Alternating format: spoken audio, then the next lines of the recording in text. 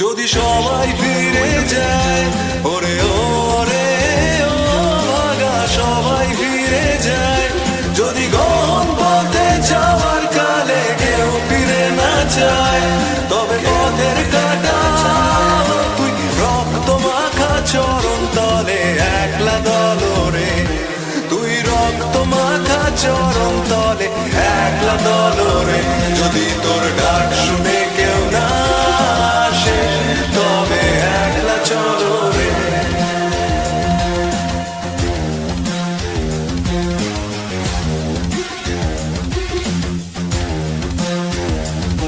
যদি আলো না ধরে, ওরে ওরে ও ভাগা আলো না ধরে, যদি ঝড় বাদলে আধার রাতে দুয়ার দেয় ঘরে, তবে বজ্রানলে আপন বুকের পাঁজর জ্বালিয়ে নিয়ে একলা চলো রে, আপন বুকের পাঁজর জ্বালিয়ে নিয়ে একলা চলো রে, যদি তোর ডাক শুনে কেউ না আসে তবে একলা চলো রে।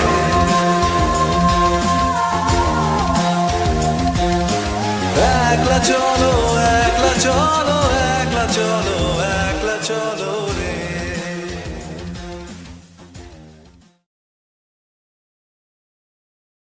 The live stream. Let me know if the audio is coming fine. After that, we'll start.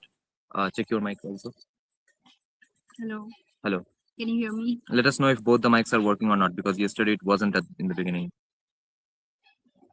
And we are late because we had to look for a nice place, because the place where we sat down in the nice field was very... What's the English for shishi? Dewdrops. Yes, sounds like a nice song, no? So the dewdrops completely wetted my pant. That's why we had to change the spot. Yeah. And you can just see the Velangiri mountains behind us if you use the eyes inside your heart. They're actually visible here. Someone just commented, is this the guitarist Mohini? No.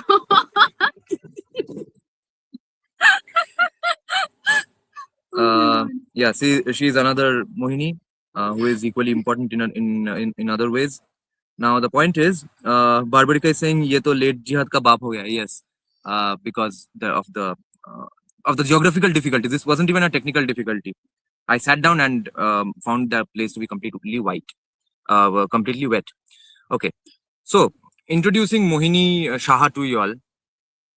Firstly, let's find out about her views on Bengal. The video is called Bengal Sunset. Do you think the sun is setting on Bengal? I most definitely think that, because currently the way situations are happening, the structure, the politics around Bengal is not very, I mean, it's not something that I want to go back to, because I have left Bengal for some time now and I would really want to go back home, but it just doesn't feel the correct place to be right now. So yeah, definitely not the place right now. Definitely the sun is setting, and I'm kind of scared that when it's going to rise, if people are not going to change the way they think. So it's very, very important that the kind of narratives that are sold, I just hope that people understand the truth behind it, because it's really disturbing at this point. Yeah. What was it like growing up in Bengal? How did it feel back then? So when I was young, I didn't feel much of those things. Later, when I actually grew, then things came on to me, because see, when you come from a Sanatan family, all these things are not in your system, right? You don't look people that way. You don't lens people through certain religion stuff, right? Yeah. It has never been in my Yes. mindset only that Yeah. I will look people in that way, or Yeah. any way for that matter. It's Yeah. just not about religion, any way for that Yeah, matter, exactly. right? So and I studied in Sikshayatan. So I had a good chunk of all kinds of friends, so from all religion, if that is what Yeah. you're talking about. Never thought people of any other way. So I mean, in that sense, there wasn't any problem as such. But later, when I started growing up, I did my grads in St. Xavier's College, and then more and more that I delve into, like I was very intrigued with spirituality, more than religion, because our Yeah. culture is spiritual, right? It's not religious by Yeah. any means, because we are seekers, we are not believers. There's Yes. no set of beliefs. Yeah. So now that I was more exposed to all of those things, where people were like saying that this is the only way. If this is not the way, then you're supposed to be dead. Yeah. So those things kind of started opening my eyes, and I started delving more into all of those things. So then I understood that, okay, this is not how the world is. It is not at all the way I thought it was. So then I started exploring more on those things. Yeah. And you've seen quite a lot of the world as well. You are quite a traveler. You solo traveled, and many probably not solo traveled as well. What are the countries Actually, you've been to? Actually, Mainly solo traveled. traveled only, yes. Because I moved to Canada after my grads in Xavier's, and then I did my higher studies there, and then I was working there. And while I was working, I was extensively traveling. So I've traveled a lot of Canada itself, and then I've traveled quite a lot of US, Mexico, Caribbeans, and sorry, what was your question? Which countries have you traveled to? Yeah, all of these countries I have traveled. Mostly, I've not touched Europe yet. Okay. I have touched a little bit of Southeast Asia, and then mostly North America. Okay. And the middle, like the South Central America. Have you been to Cuba? Yes, I've been to Cuba. How is Cuba? Cuba is pretty cool, dude. Like it's very it's very like So it is a vintage. commie paradise. Yeah, but it's like it's very vintagey. I honestly at that time I wasn't going for like in a religious aspects or political aspect. Yeah, I of just went for like to have fun and just Yeah. look the culture and how it is. So it was cool. I mean, people were nice. Yeah. Yeah. How is the healthcare of Cuba? Did you get injured and stuff in Cuba? No, it's not good. Because but commies always argue that the healthcare is so incredibly well, and that people in fact build rafts and escape to Florida. No. Oh my god, no, nothing of that sorts. Why is every communist place vintagey looking? Why people say the same thing about Kolkata as well? I think they are trying to preserve something that's not even theirs to even, like, I don't know how to even say this. I don't want to sound hateful or anything. I don't think I think that they don't know what they're doing. I think their logic is broken. Their mindset is weird, and Yeah.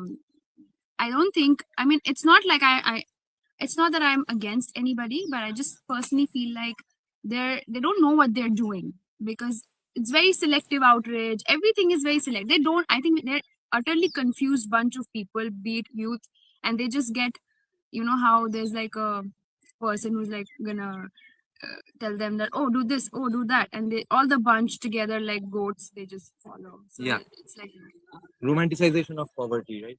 romanticization of poverty, definitely. I mean, they talk a lot against capitalism, and I understand where they're coming from, but like communism in sense of by books it looks very cool, but when it comes to in terms of reality, it's not something. They have killed millions of people because Yeah. of communism. They thought that it was a great revolution, but was it though? Like, all people died, like millions and millions of people died, so what was the point?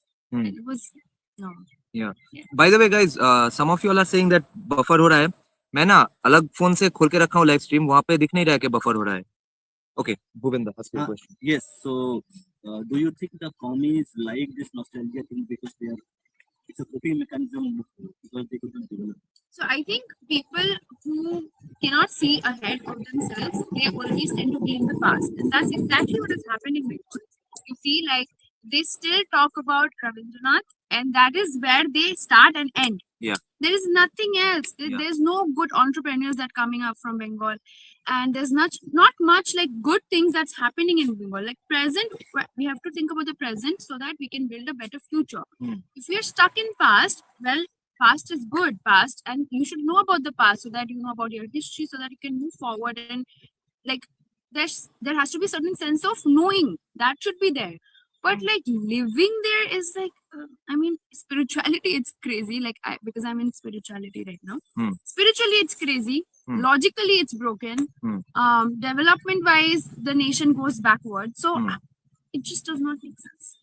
In the last 30 years, who do you think can be considered to be at least somewhat equivalent as Satyajit Ray or Rabindranath, etc., or Swami Vivekananda for that matter, from Bengal? I don't know. Why aren't Bengalis waking up to that fact at least? Because let's say, okay, Rabindranath's celebration is great because after all, Marathis also celebrate Chhatrapati Shivaji, or let's say people from the ancient No, times or 50 I don't years say, back. I definitely don't say that we should not celebrate. We should celebrate. I mean, Yeah. how come, why should we not? Of Hmm. course we should celebrate. But we cannot be stuck in that celebration mode Yeah. and not do anything moving forward. Yeah. That's my point. Yeah. And why do you think are not such people not coming up in Bengal anymore? Because a lot of that is happening in other states. It's What's the stopping mindset. Bengal? It's the mindset of the people. Hmm. Mindset of the people are like, I don't know if this is a stereotype, but not trying to say that Bengalis are lazy or of that sort. I Hmm. think there are really good minds. Hmm. But when you come from a state where the I don't want to say things, but when the chief minister says that okay, you do top Shilpa and all of those stuff. Yeah. How do you expect people to have that kind of motivation to like grow beyond them? There is Yeah. no such motivation. There's no such push. The youth needs to be felt certain urge and certain like push or certain there should be certain leadership, but that's not there. So like I think that's why they're like moving backwards. One more question. So, do Yeah. you think it's karma which is the root cause of all this? Because if one generation doesn't do sacrifice, the other three generations suffer. So, See, there's karma is not a short word that can be just explained like this. Karma has various divisions. There is something called collective karma, and there's product karma, and there's sanchit karma. Okay, so what you were talking about is collective karma. So of course, when a whole society doesn't do the correct thing, then of course the following generation has to hear it, and it just comes in cycle unless you choose to break the generational curses and stuff like that. And it's very like it's philosophical, it's spiritual, and it's I mean it's like that only. If you don't do your thing because in our mindset what we think, oh, someone else will do. But you see, today if you eat an apple or eat a mango, did you plant the tree? No, right? But that's why you need those 10% people for Yeah. the world to like 10% people to do the right thing in the world so that you can reap the benefits of that mango. So in Bengal right now, that 10% is not there. They're just moving, right? Yeah. So that's why it's sad. Now the key counter that comes from let's say proud Bengalis or people who support the current government, etc., is that yes, maybe we are lagging behind in some things. Yes, maybe there are flaws, but there are two things. One is that women are really safe in Bengal, and especially in Kolkata, and other states are also not doing that great. Since you've traveled around, what counter would you have for these two persons? No, I feel like so women's safety is a thing that I wanna talk. I don't want to talk very casually about because I do also agree that there was a time Bengal was actually pretty good for women when it was not very good for other states. But right now it's not the case, or I feel like maybe it was projected in a way where it was safe for women, but it's definitely not that anymore. Especially when things like this, people say that you know. Park Street case we had. So the kind of commentary that happened on those things. So those things really affect, as women, I get affected because she's also a woman. So I expect some sort of support and is for non-account. Interrupt করতে হবে না, বাদ দাও। We'll go on the comments. But we'll so sorry guys. Yeah, Sorry. continue. So basically, what was I Women's saying? safety. So women's safety. Definitely right now in context of what happened in Sandesh Khali, what happened in other parts of Bengal, the Yeah. RG Kar case. So Yeah. I just don't think that it's I cannot say like very valiantly that oh it's safe. There's no verdict as such. So I cannot say that. Especially I feel like when the leader of the country is not standing with the victims, so how can I say it's safe? Yeah. So I like this is more of a social thing where people are doing wrong things towards each other. But I expect the leader of the state to be with the victims and not with the Hmm. other, like the abuser. So it doesn't matter which religion, political party, or where you are, but when things like this happen, this has to be this way only. Yeah. And compared to that, I have traveled extensively, yes. Compared to that, yeah, I don't feel that Bengal is doing the way it should do, because Bengal was the hub of everything, and I feel bad that how Bengal was supposed to be the great place, but unfortunately it's reduced to this. It just feels bad because have we had the computer here, things would have been very different. So yeah, it No. could have been the Silicon Valley. Joy Marx, Yeah. Joy Karl Marx. The argument exactly is that other states are not doing that great, and even women's safety is not that great in other states. Why do then people mysteriously go to those states and not come to Bengal? The only people who still come to Bengal for jobs, I think, are Biharis, which is probably in a worse off condition. And now Biharis argue that no, Bihar is doing great. If Biharis are doing great, then they also would not come to Bengal. Bengalis would go to Bihar, as they are beginning to, but it's still not that high. What is the attraction in all other states in India that's not there in Kolkata or Bengal? Is it just jobs? I think the way so I don't think I'm the correct person to answer this, because I've traveled mostly abroad. I have not traveled a lot in India. You've met a lot of Indians, a lot of kinds of yes, Indians. Yes, I have, but the conversations have not been so political, so I don't think I would be the right person to talk on this. But I definitely see when I go to Northeast, which I've been a lot, there I feel the development, the cleanliness, the overall humility, the humanity, the I don't know, the everything. They're a high trust society. It's just like so amazing that I really miss in Bengal. That's not there. Yeah, that I can say. Okay, so let me take that answer to the question. I have lived outside Bengal for almost now 14, 15 years. Cumulatively. So, and I have traveled abroad as well, not to Europe and America, but in Southeast Asia. So, there is a palpable negative energy, which is especially in urban Bengal, Kolkata. Wherever I land in Kolkata, I feel that negative energy.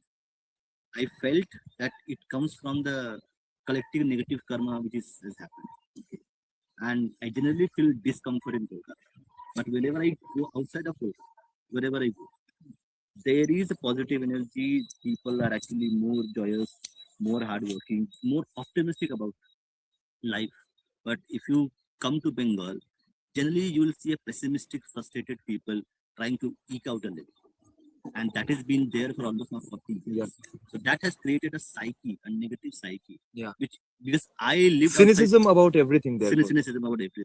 Okay. And there is a like mad rush to get whatever material things are there by doing anything possible. So a lot of things happen which should not happen. But that is because of this 40 years of stagnation in terms of economy, society, education. Everything has just stagnated into a rot. And and we can see that negative energy coming from the rot.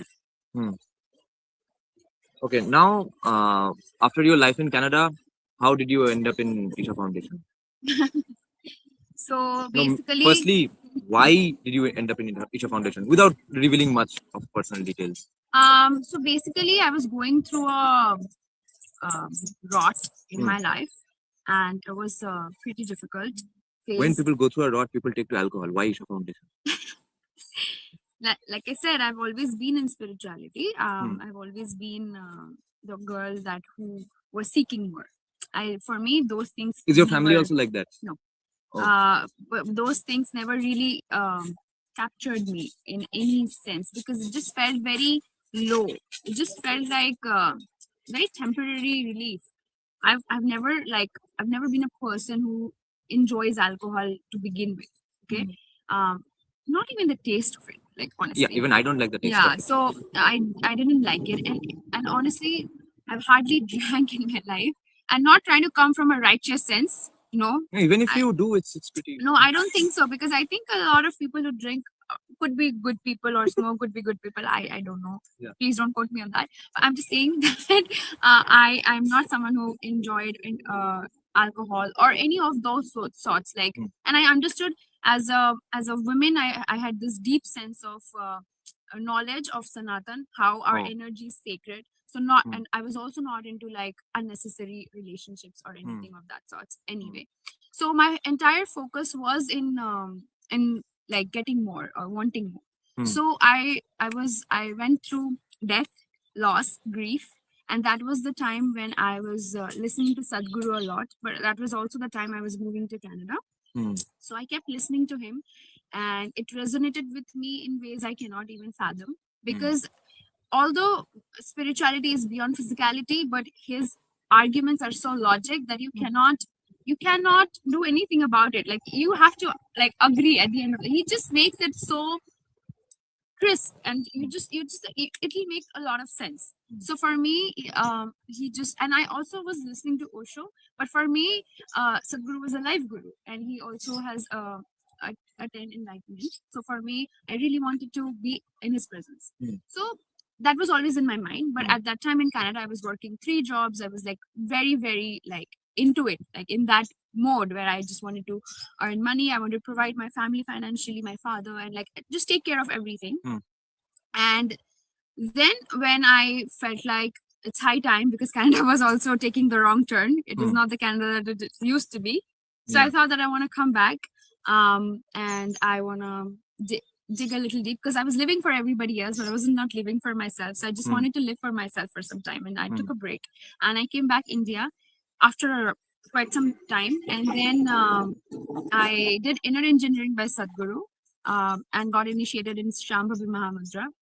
It is a very potent yogic tool that actually helps with inner transformation. It's just the well-being of your inner Soul. senses, soul, yeah, well, soul, whatever. So, and then after that, I came across this course called Sadhana Pada, where it's offered by Sadhguru Gurukulam, and it's so basically you have to give an interview and get selected for it. It's nothing crazy. Anyone can go. It's very easy. So and then I wanted to do this so because I was looking for something deep, and then I got selected for Sadhana Pada, and I ended up here. I'm not going to say it's very like rosy journey. It's a very challenging journey. I have extensive sadhana and seva throughout my day. I have a very packed up schedule. I was But- about to ask that. What's your daily schedule like? But yeah, finish your yeah, point. so but I would say that still now this is still, even though it's very challenging, it's still the least challenging thing that I have done in my life, because the things that I've already been through is not compared to the kind of challenge that I faced here, and it's preparing me better for the greater world. So You did mention it yesterday as well that it has its ups and downs. yeah. I could not figure out what might be the ups and downs in such a journey. Like, Oh. do people behave badly towards you when No, you are a volunteer? no, it's Or not some like days that. the meditations just It's doesn't just work. it's just personal experience, where some days I just don't feel like doing the meditation, or some days I don't feel like going to seva. Some days my health is not good. Actually, if you don't understand, this entire ashram is consecrated, so the Yeah. energy is at peak. So when you feel bad, you feel extra bad, and when you cry extra, you extra cry. When you feel happy, also you feel extra happy. But everything is at peak, and everything is working 10x, like 10x in your life. You see, this is why Nietzsche liked Hinduism so much. This is so opposite of Stoicism. So that's why, and but I love the way that I can ask any question here, like there's no such thing that they'll tell you, "Okay, oh, you can't ask this, oh, you can't," no, Yeah. nothing like that. You can ask anything, you can question as much as you can. Why not? This is a culture where even Arjuna's asking Krishna so many questions. Yeah, So all it's a our culture. most of our scriptures are conversations and questions between. So, and Sadhguru also encourages that Yeah. very much, because he doesn't want youth to believe anything. He Yeah. wants the youth to seek. So, and he also says that if I'm not able to give you the answers, please seek more and go somewhere else, and keep your seeking journey on. So it doesn't have to be like, oh, whatever he's saying. But if you are resonating with it, like I was resonating with, especially because experientially for me, again I said yesterday also, it mattered, because even if I have not read all the scriptures, but I know that it's there in the scriptures because I felt it in my body, in my whole system. Yeah. So that's what it, and yeah, so that's how I landed up here. I'm here for the last 7 months, Next month would be 8th month, and then we'll be doing our Mahashivratri, and then the culmination will happen. So yeah. Sounds pretty crazy and unbelievable to me, since especially from your background, since you don't come from a very religious background, not No, from a no, very no. religious city. At best, people just go to Jai Makali once, Yeah. once or twice. Or Joy Month. Yeah, that's just an ostomy for the Yeah. reels and for the monks. But then 7 months, not just 2 or 3 days, 7 months into this life. What was it like in the beginning, and what is your daily schedule like? Yeah. So see, it's very like I wouldn't say a monk life, but it's also an exposure to how you can have tools within yourself that will help change your inner system. So we go through a lot. And you know in the beginning that it will be for 8 months, right? Yes. Applied for it knowing that it will be for 8 months. What was that process like, convincing yourself that, yeah, I'm going there for 8 months? See, I have done so pretty much. much cut off from the world. Yeah, exactly. Pretty much cut off from the world. But I think when I was living alone in Canada, in my own apartment, I was pretty much cut off from the world anyway. So I think I prepared myself. But here, I knew for a fact that I would still get more support here. Because there's like a whole team that's there for our support in every path of our way. Like they're helping us in the journey. Yeah. So it's not very strangled or alone or like, oh, they've given it to you now, whatever. Yeah. But there's a lot of nurturing here also in that terms. Yeah. So yeah, that's it. Like my daily, like you said, my daily schedule actually is like I wake up at 4:30 a.m. Yay! So I'm a morning person now. I wake up at 4:30 a.m. And then and actually we wake up in a very big bossy situation where there's like chanting and there's music, and then they put on the lights, and we wake up with those chants and music, and it's a very so nice that stuff that experience. didn't happen in our room. No. Okay. Your guests. Okay, that's just for That's just for volunteers. not for just volunteers, mostly for the sadhanapadas. Yeah, mostly for the students, I see. right? So yeah, so we wake up that way. There's and then we get ready. We go for our morning sadhana. That like we go for our guided yogasanas. Then there's chanting. Then there's guru puja. Those are all taught to us in the initial 1 week of the orientation program. And then after that, we have like a whole schedule where we go for seva, depending on which seva you're assigned to, because you cannot choose that. Okay, because the whole point is to go beyond your likes and dislikes, go beyond your compulsions. Yeah. Okay, but that doesn't mean that if something you're not enjoying, you have to do it. It's not like that. You can always ask for a change. But the idea is to go beyond your compulsions, nature. We have 2 meals a day, kind of intermittent fasting, which well, the West said intermittent fasting, but we are doing it for ages at this point. So so we have 2 meals a day, very, very healthy, protein rich, delicious. Oh, you should come to Isha Yoga Center just for the meals. It's delicious.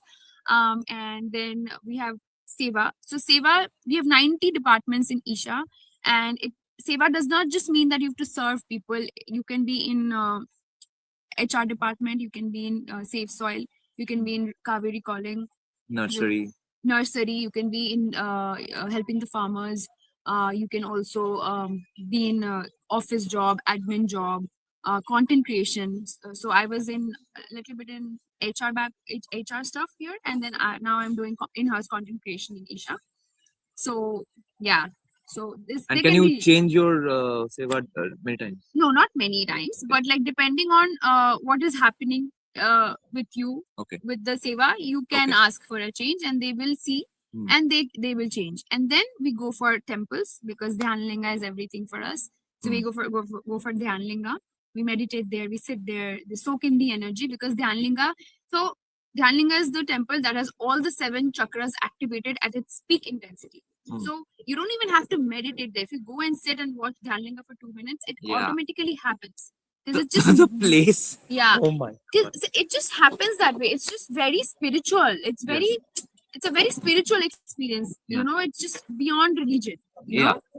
And Devi, for example, even Sadhguru also understands that people have materialistic desires, and once your materialistic desires is kind of taken care of, then only you can reach the higher level. So that is also, these things are very like taken care of. Vivekananda said, "Khali pete dharma." Exactly. So these things are taken very carefully, and that's why when you go to Devi temple, she's very compassionate. It's the only linga in the female form that we have in the country actually. Yeah. And it also is consecrated and it has like all the 3.5 chakras activated. Okay. Because it's in the material form mostly, but she also helps you with spiritual. But she's my everything now. I'm actually more inclined to Devi now. But yeah, that's the Yeah, I schedule. saw your reactions yesterday when you were doing the arti of telling the Bhairavi. Yeah, I wasn't doing, but I was in the thing. Yeah. Yeah. That Arpan you were doing. Yeah, the Arpanam, yes. Yeah, you were crying. Right? Yeah, I was. It's always like that. End up crying. Even when we are having a satsang with Sadhguru, it's just his magnanimous, it's just like his energy. Even though I'm in my best mood at that point, I am still like my tears, I'm just like pouring sweat from my eyes. How is it happening? I have no clue, but it just happens. It just happens automatically. Yeah. By the way, guys, I forgot to tell you all that yesterday we actually saw Sadhguru. And that was pretty much happenstance. He was not. No one knew that he was going to come. We suddenly found out from her that he is in fact coming. And we had a satsang with Sadhguru, like the sadhana paths. Yeah, they had it. I had it. So not many in the campus knew. Our smart It team was a members also secret didn't thing. know. Yeah, and then news, of course, got out, and then people were lined up to see him inside the roads of the ashram. They were lined up on the sides of the roads. Now, someone spread the rumor that he is coming in 5 minutes, and as it happens with these things, he actually came half an hour later. So we were happily waiting there. Now, while I was waiting, the main thing I was expecting is, since I am so used to seeing Yuva Netas of Trinamool in Bengal all the time, I was pretty sure that Sadhguru would come walking with a million bodyguards and bhaktas and sevaks, etc., surrounding him, walking slowly, waving gracefully to people. And I thought, yeah, that would be it. That's how I would see him. I could not have guessed in a million years how I actually saw him. He just drove by us swiftly, swinging by the nice curvy roads on a Scorpio, and he was driving it himself. And there was no one else in the car. He just drove and waved us, and drove away. And I thought, even if he comes in a car, he'll be probably sitting in the back, and there will be 50 people inside the car as well with him. That was a very visually relaxing sight to see. Now, it's very sweet. Yeah. How has this changed you? Because let's say whatever job or life you get into now after this, what would be the person? What kind of a person would have gone into that, and what kind of a person will now get into it? So what would be the person who would get into it if that person had not come to HR Foundation versus now? So for me, my major transformation was clarity of thoughts. So sometimes you're so tangled in our thoughts and mind and body, we think that this is who we are, and it's very limited. Very limited. So for me right now, I know that I'm not the body, I'm not the mind, and nor am I the thoughts. But I also have very like I have clarity in my thoughts, like what I want to do, or not in that terms, but in general, like, okay, I have been a little bit more in taking better decisions, or in terms of becoming more self-aware. For example, if there's a conversation between two person, and if it's a heated conversation, and usually how do we do when you say something like something heated up that doesn't sit well with me? I would react, right? But right now, I'm not gonna like be 100% on it, but I know for a fact that right now, even if it's a little bit, I'm not there. Even if it's for a little bit, I would try to stop and like think on it, and then choose if I want to act or not act on it. Like it's about becoming a little bit more self-aware. I think that's my journey. That is my most like the greatest takeaway, that I've become a little bit more self-aware than what I was. Like before, you don't know what you're doing, you're just doing, right? Right now, I have a little bit more sense of what am I doing. I'm a little bit more aware of my steps. So that is something that I have like noticed. And also I feel like with Sadhguru and doing all the programs, because actually I've done Bhavaspandana, Shunya, and Samayama with Sadhguru. So all these things have also made me a little bit emotionally much more regulated, nervous system much more regulated. So all these things have just made me a little bit more relaxed in my system, Hmm. but yet not disabled. You know, a lot of Right. this something that I want to I was really about to ask that. Only. something I really want to tell this. A Hmm. lot of people, for some reason, think spirituality is a disability. For what reason, Yeah. I don't know. They feel like, oh, if you are spiritual, you cannot be angry. No, Yeah. I can be angry, but I choose. I have a freedom where I want to act on it or not. That is freedom. If you impulsively just Right.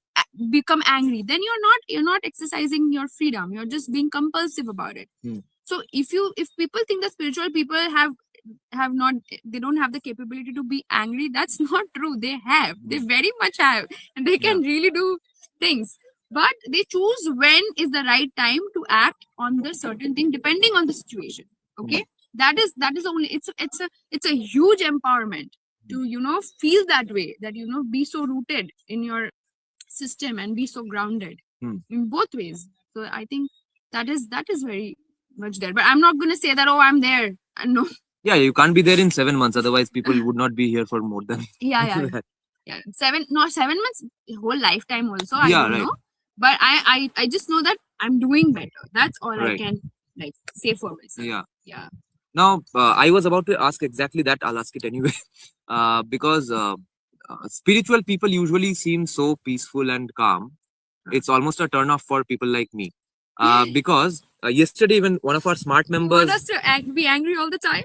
no, but if someone is pissing you off or making you angry, I would like that people do respond and give them back. Why should you, let's say, bow down from the fight? No, it's not about bowing down. That's not the concept. Hmm. Actually, it's about knowing your place and where is needed, what is needed Right. where. Hmm. If there is something crucial that needs your attention, that needs your voice, please raise it. But if something as trivial, something very like small that doesn't need, please walk away, because silence and is much better, It does and definitely you'll solves prove many your problems point as well. with silence. Yeah, I yeah. mean, and you don't have to engage anymore, because you need to save your energy. Your energy is Right, sacred. right. Please save your protected Some energy. situations do require that. Yeah. Now, oh, Okay, one very practical question. Yes. Do you have to be rich to do the 7-month course? No, it's free. It's free of cost. It's just you need to get selected. Um, everything is taken care of. The food, the living. We have dorms. Of course, the whole point is to like live in a way where you're not chasing fancy things. You're just living very grounded way. So there's not like fancy rooms and stuff like that, but it's definitely like we have all amenities that we need. Like we have a dorm, so we share the rooms with other roommates, and then we have food that's free. But anything else, then I mean the toiletries and stuff, of course, Yeah. you have to buy. But other than that, the basic things are taken care by the ashram. And it is not just for sadhana bhada, it's also for the volunteers, because it's a volunteer based organization. People come here voluntarily because they want to give their life to Sadhguru's vision, you know. So they do it, and ashram takes care of them. how materialist were you before, and has that changed, and how much has it changed? No, I'm still very. Yeah, would you like Oh to my buy God, new Sadhguru is stuff? hearing me. Yeah, see, for me, materialism is not the kind of materialistic I am. Is like when I'm chasing financial freedom, I'm not chasing a freaking lamb. Well, that is good too, but I'm nothing against that. But I'm not chasing Lamborghini or a apartment in the 42. I'm just saying that I want a decent life where I can have freedom of my time, freedom of things that I don't have to have a schedule or be like in a certain way, I can be in a way that I want to be, that is what I would be wanting to. And that financial freedom is encouraged here. It's not something that you don't have to remove yourself from, Yes. Yeah. Did that happen after Isha Foundation, or was that? Yeah, after it. How was it before? Before also I was chasing big things, but I also knew that I wasn't why it happened this way is because even when I was doing everything to take care of my family, and for myself I just invested myself on traveling. That's all I did. Nothing else I've done. So even though I was doing that, I wouldn't say it was bad. It was the best things that I've done in my life. I've Right. traveled so much. It's crazy, but there was a void. So that I realized that you cannot fill that void with materialistic things, and that's what the gurus say. That Hmm. you might have money, but you will not be able to fulfill those Yeah. things because human wants to expand. Now they want to expand financially or this way, that way, but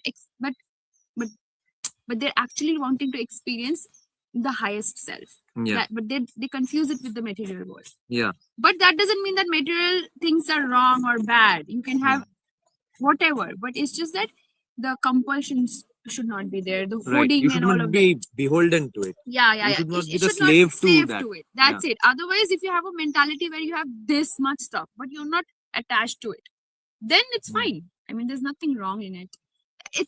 See, it's not about morality anyway. Spirituality is not morality. There's Yeah. nothing wrong or right. Yes. It's everything. That's what Hinduism is anyway. I mean, Niche not again. Hinduism, Sanatan. There's nothing Yes. wrong or right. It's everything is just the way it is. Whichever works for you. Whichever works for you. Now, would a post Isha Foundation trained Mohini not do the travels then?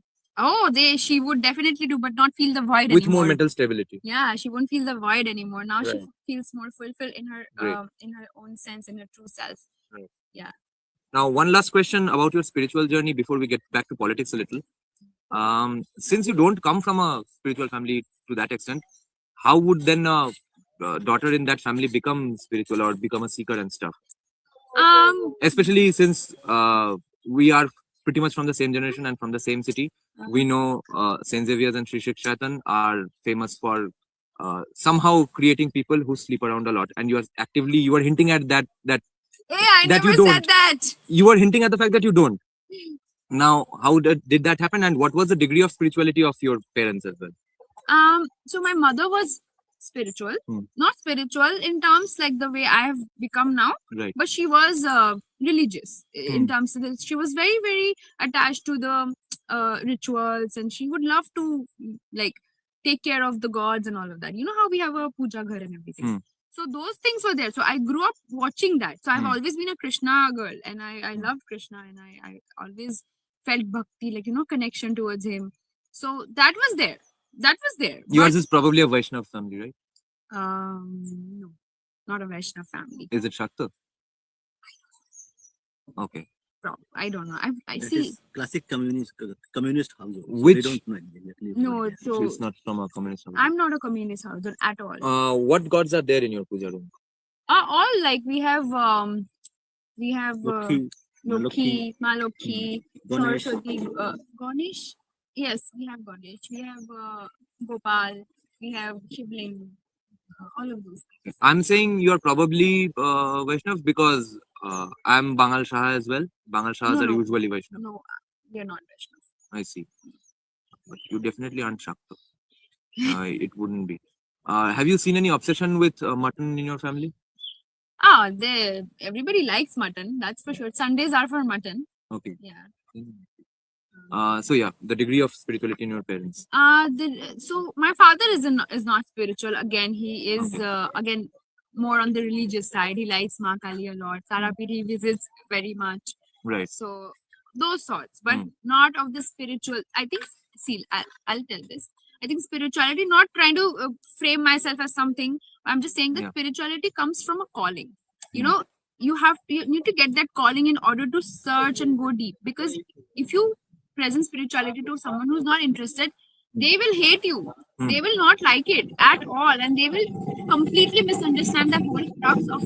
So I personally, and even that I'm in this line, or I'm trying to be a little bit more spiritual, not for any like political purpose, just for myself, like self transformation and well being, Yeah. right? I never try to force it on my brother or my father because I know that they have to come here to get it because Yeah. it will not come to them. They And their have to calling seek for might it. be that what they Yeah. are doing.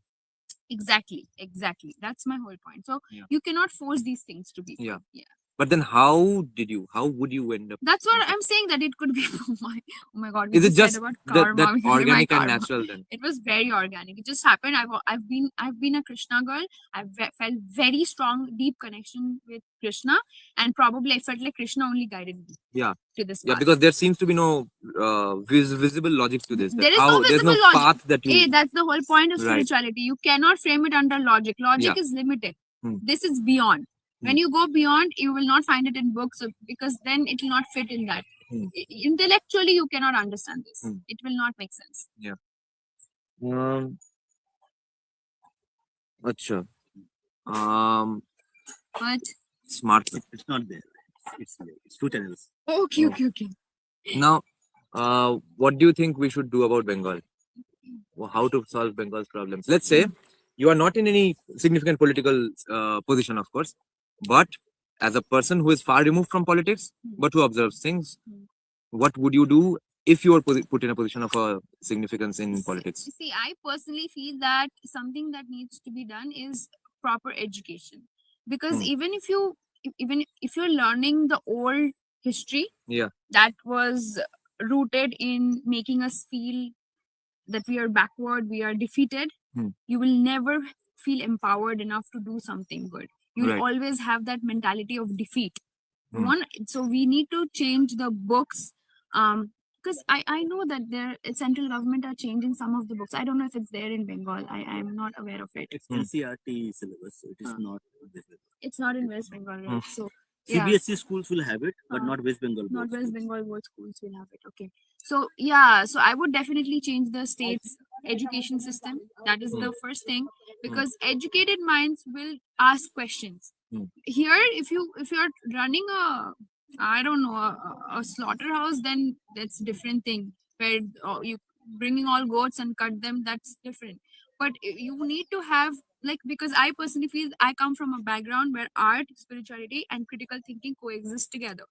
Because I always feel like asking questions is the only way to go ahead, and that's why when people stop asking questions and start believing whatever is being put to them on the plate, without even having the true, like, discernment, and mostly, like, I feel like the selective outrage, these things needs to go. Like, for example, I would see, even though I have very deep Sanatan values, and like I am very, very rooted in that, but see, socially, in terms of social, there could be bad people in every religion, but by law it's not like this in our country. But we have to understand that there is by law those things, those brutal things that could be done in our neighboring countries, in theocratical countries. So we have to be very careful, especially with the demographics of West Bengal. It's changing rapidly. We have to understand that when we are welcoming things that's not rooted in our culture, in our civilization, it will not be able to be conducive for people at all. It will not bring women safety. It will not lead or empower women. This weird marriage, I know, I don't know if I should say this, but this weird marriage between the left party and the ruling dispensation. It's called whatever the fuck party. So, or what the fuck party. Yes. I didn't say that. Yeah, it's completely So my fault. the ruling party and the weird marriage between these weird ideas and ideologies, it just doesn't sit well with me. So if it's not sitting well with me, I'm sure there would be a lot of people with it's not sitting well with others as well.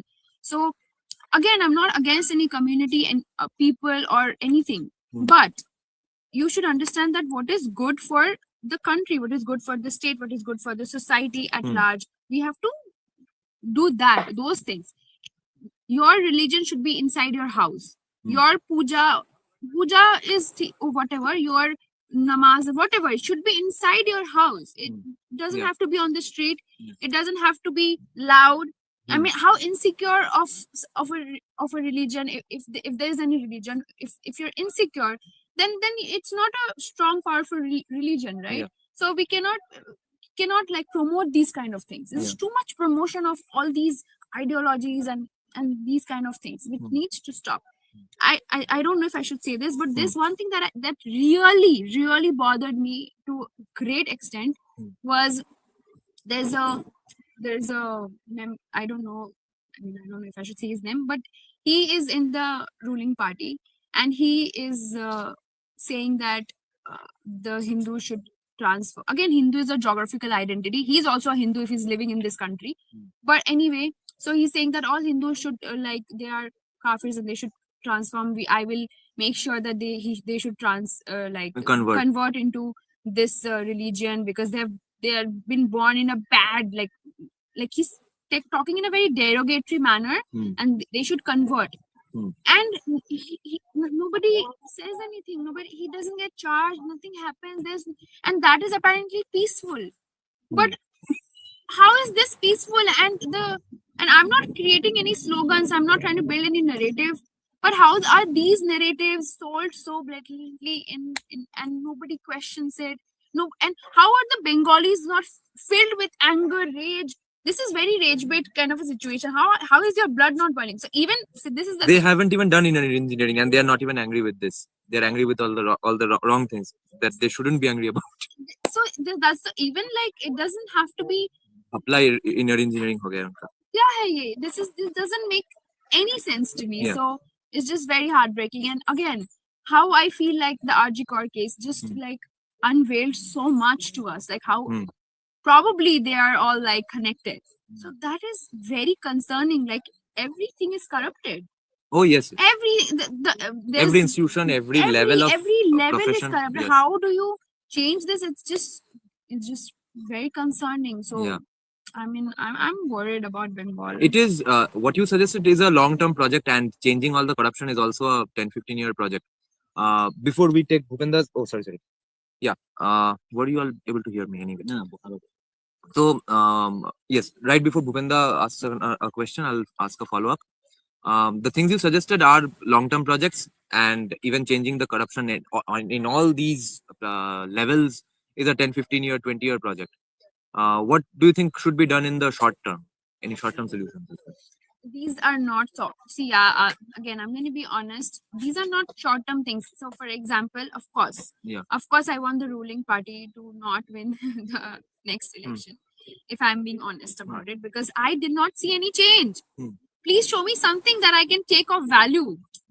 Like not to be like against anything, but when like the left party was ruling in Bengal, and when this government was coming into power, I genuinely wanted this government to come in power because I thought that okay, she fought with these people, so she must be a very good fit for this state, and we were rooting for her. But now that I saw the way she changed, the way her politics, the game, everything is changed. So I'm very disappointed, and I don't want this party to be here anymore. So of course, I feel like, again, I don't know why BJP is very, I don't know why is it very promoted as a Hindu party. But trust me, BJP does way more to Muslims. I don't know why. It's just not out there. Sad, but it's not a Hindu party at all. Even the RSS is not. They really help the Muslims and empower Muslim women as well. So, but for now, I definitely want to see a change. That is definitely there. And to be honest with you, if I don't see change in them, also I would not like take their support also, because as a person, I want to see something better happening in this state, which is not happening at all. And also, these developments and all of this will only happen when I am safe. So this is also very important that with the current government being again, Hindu is a geographical identity, but being a Hindu Sanatani doesn't feel safe at all. The way the way the people of Murshidabad was thrown out of their own land is criminal. But nobody feels that, because unless and until it happened in your own home, you might not feel it. I don't know when will you open your eyes, but I just feel like if I am safe, then only I can think of development. If I'm not safe only to begin with, how will I think of development? I'm dead at this point. So what will I do with development and education? So from that level, it's very important that that is first safe and secured, and we are in a place where we can live freely. Because I live in like my house is in Howrah Maidan. There are like people who just, and I don't think they're bad people. It's just that they're uneducated, and Yeah. the political party, they use it Yeah. in their advantage, and they make them do bad things, Yes. and it's scary. And unfortunately, then it becomes a Hindu-Muslim thing. Yeah. But yeah, so Now it's, someone is asking, ask her if she has heard of Savarkar or not. I From have her heard of answers, what do you think the answer is?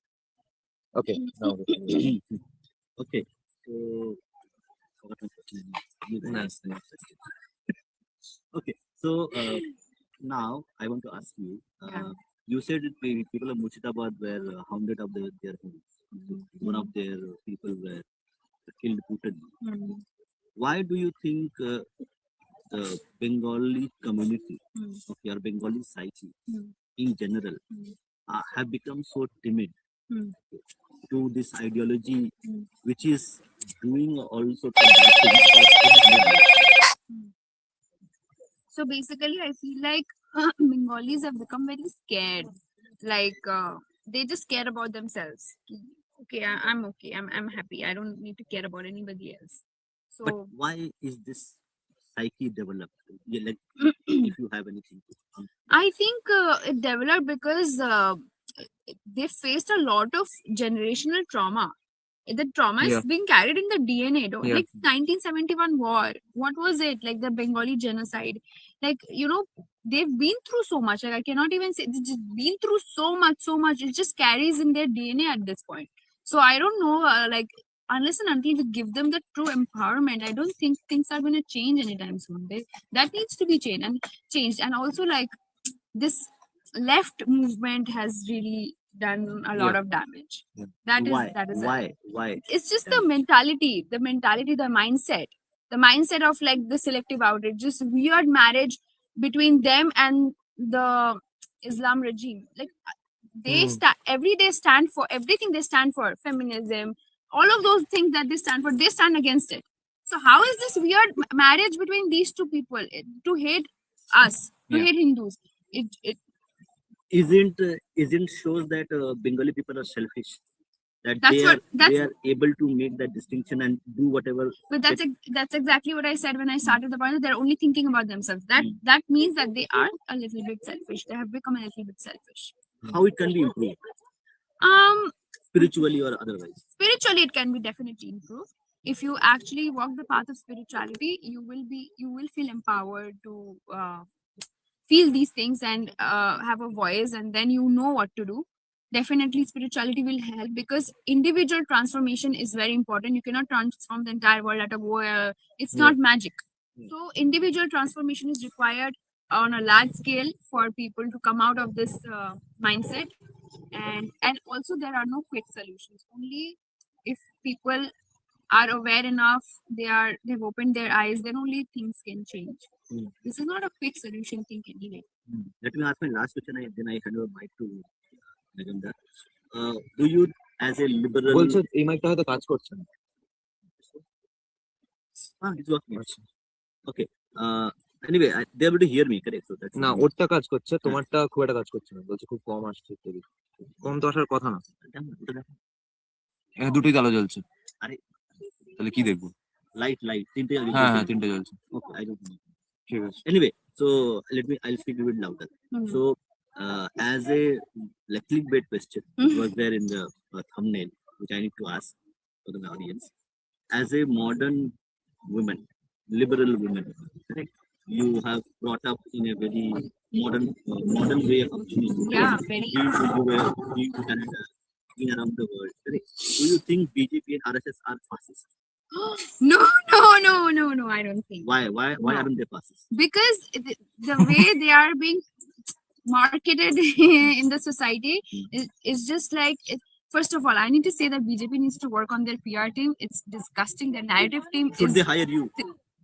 Oh, I would love that. It comes from an HR and communications background. It's Let me minus recommend to 3. you. I will recommend to you. হ্যাঁ job offering forever. So it's minus 3. Their narrative team is just very bad. So, but the left is dominating in the world anyway. Yeah. So the left narrative is so strong, and their PR team is so powerful, and they're just here. So it's just very easy for them to flip it, flip everything. Even though he says something, they'll flip it, they'll make it different.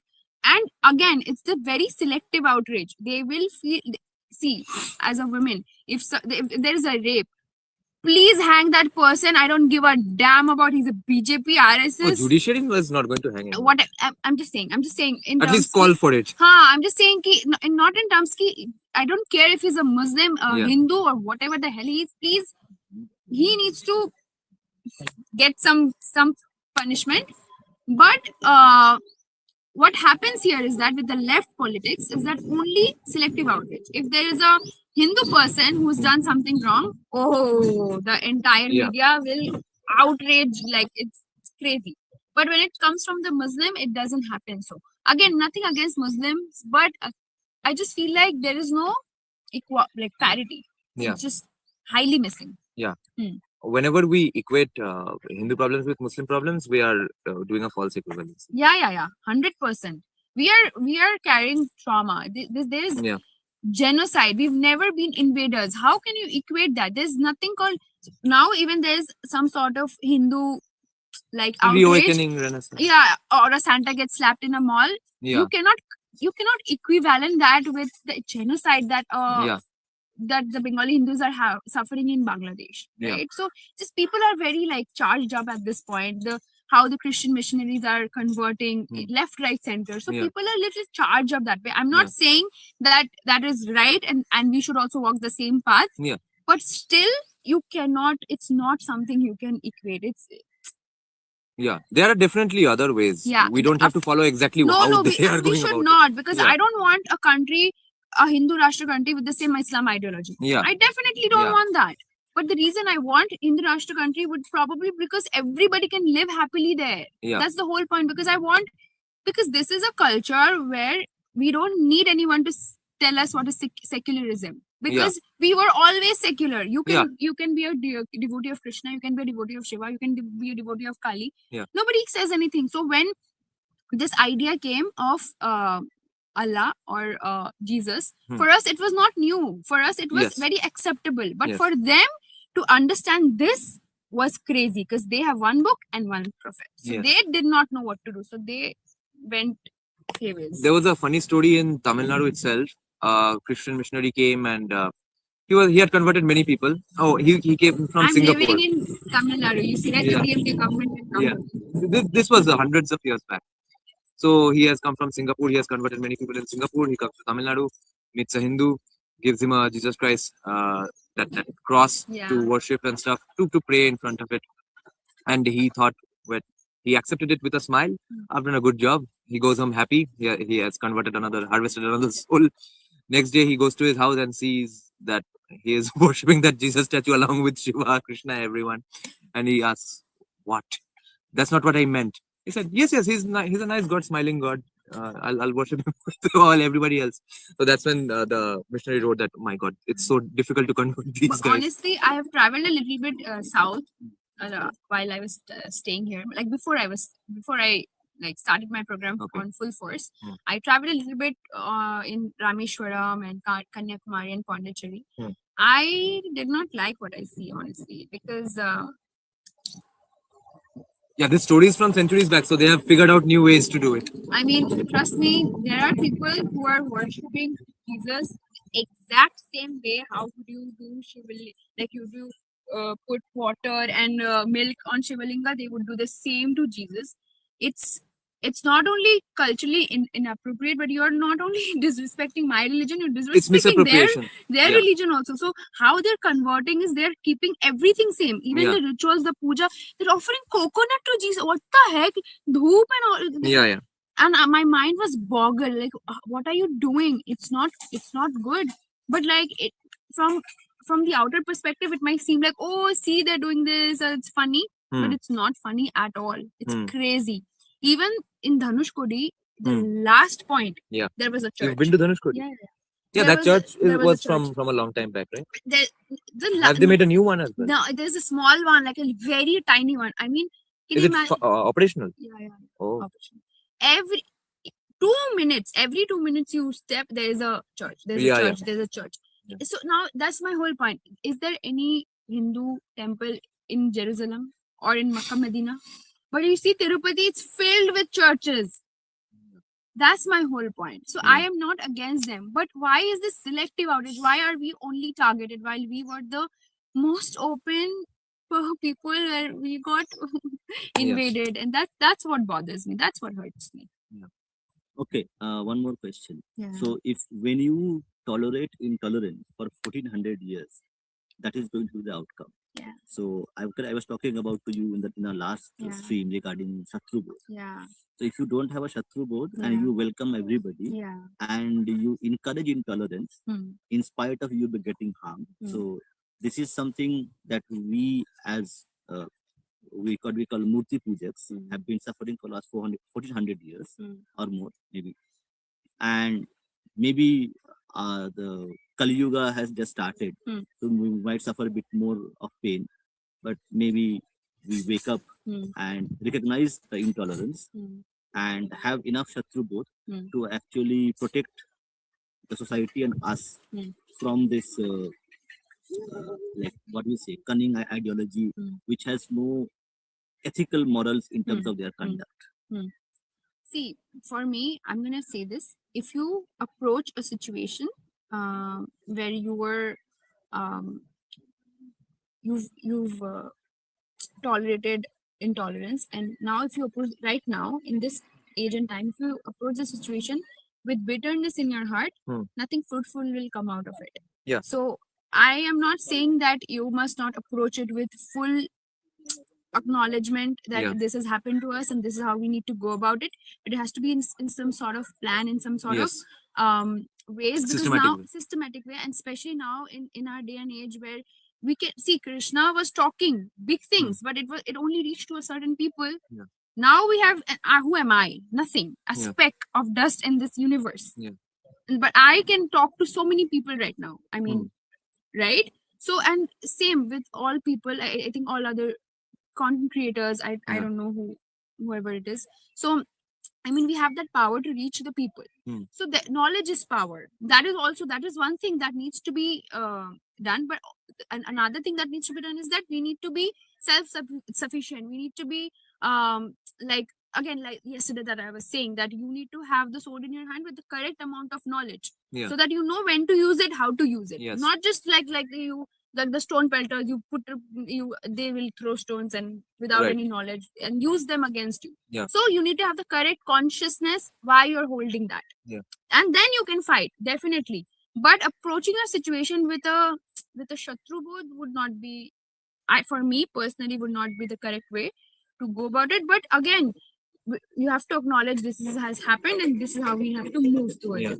This needs to be done. On that point of Indianizing Jesus Christ or Indianizing the Christian conversion process, there I have a counter argument in mind from the POV of them actually, which is the complaint forever from the Hindu side or the Hindutva side against Muslims has been that they are so un-Indian, they are so un-Hindu in that sense that culturally, visually, symbolically, there's nothing Indian about it. That's the exact opposite how the Christians are going about it. So how can you criticize both then?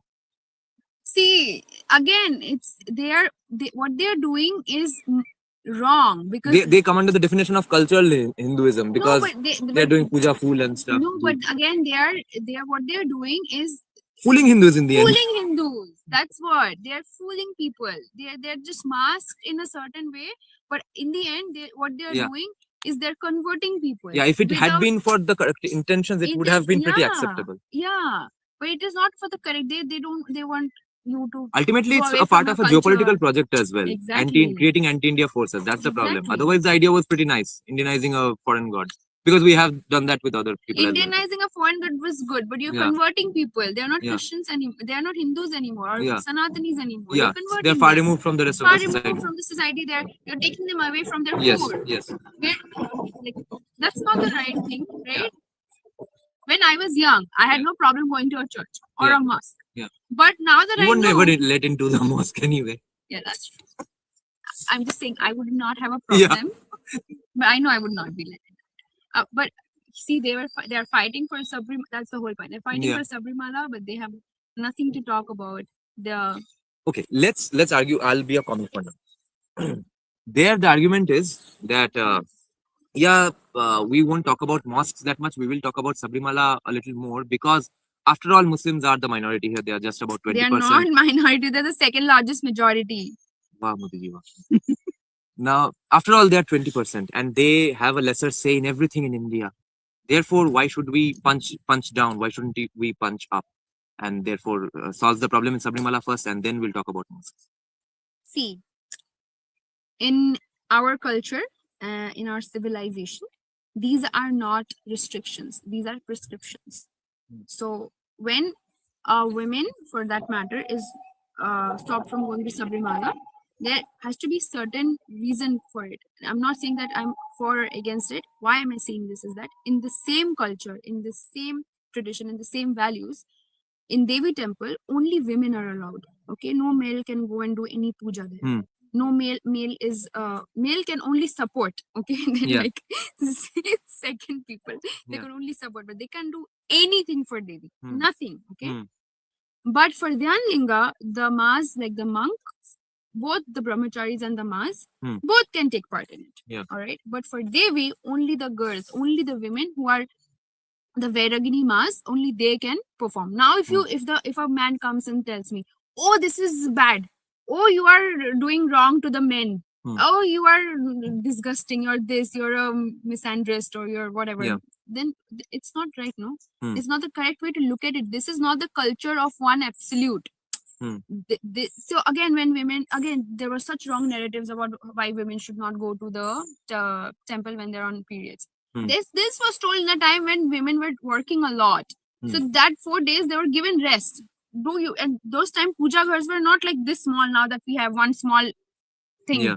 Puja ghars were huge, humongous. The cleaning and doing all of it took a toll on their health. Yeah. So they said, okay, you take rest from cooking. But you know, the problem that we did, that I agree, is that we weren't, the generations that passed the knowledge, they didn't take the correct effort to pass down the knowledge in a very The scientifically, reasonings, the yes. reason in a science. Now, Oh, yes, that has happened in the in kitchen. this Now you country. put two things together. Yeah. Now the one person comes, I'll put it on my head. Yeah. Why? I will put it in my head. Yeah. That's it. The reasoning Yeah. and the framing and the science behind it was Yeah. not told in Yeah. an efficient way. That is why it got lost into mere rituals. Yeah. But the rituals are very scientific. That's Yeah. the point. That was definitely arrogance and nothing else. I Yeah, won't yeah. explain to you. Hey, you are a commie. Yes. Oh, yes. Yeah. Okay. This argument actually works both as a Hindutva guy or a commie. That Hindus were arrogant to do that. That they didn't explain or didn't feel the need to explain. It was pretty haughty behavior, not HOTTY, HAUGHTY behavior. That I won't explain to you. Just listen to what the fuck am I? What the fuck I'm saying? Because reasons are for mere mortals. I am so proud of my religion that it's definitely right. You don't have to understand the why of it. That's how we got screwed. Therefore, now after Narendra Modi has won, so many people are going on writing books on the science behind Rig Veda, science behind this, science behind everything is about science in Sanatan, science in Sanatan.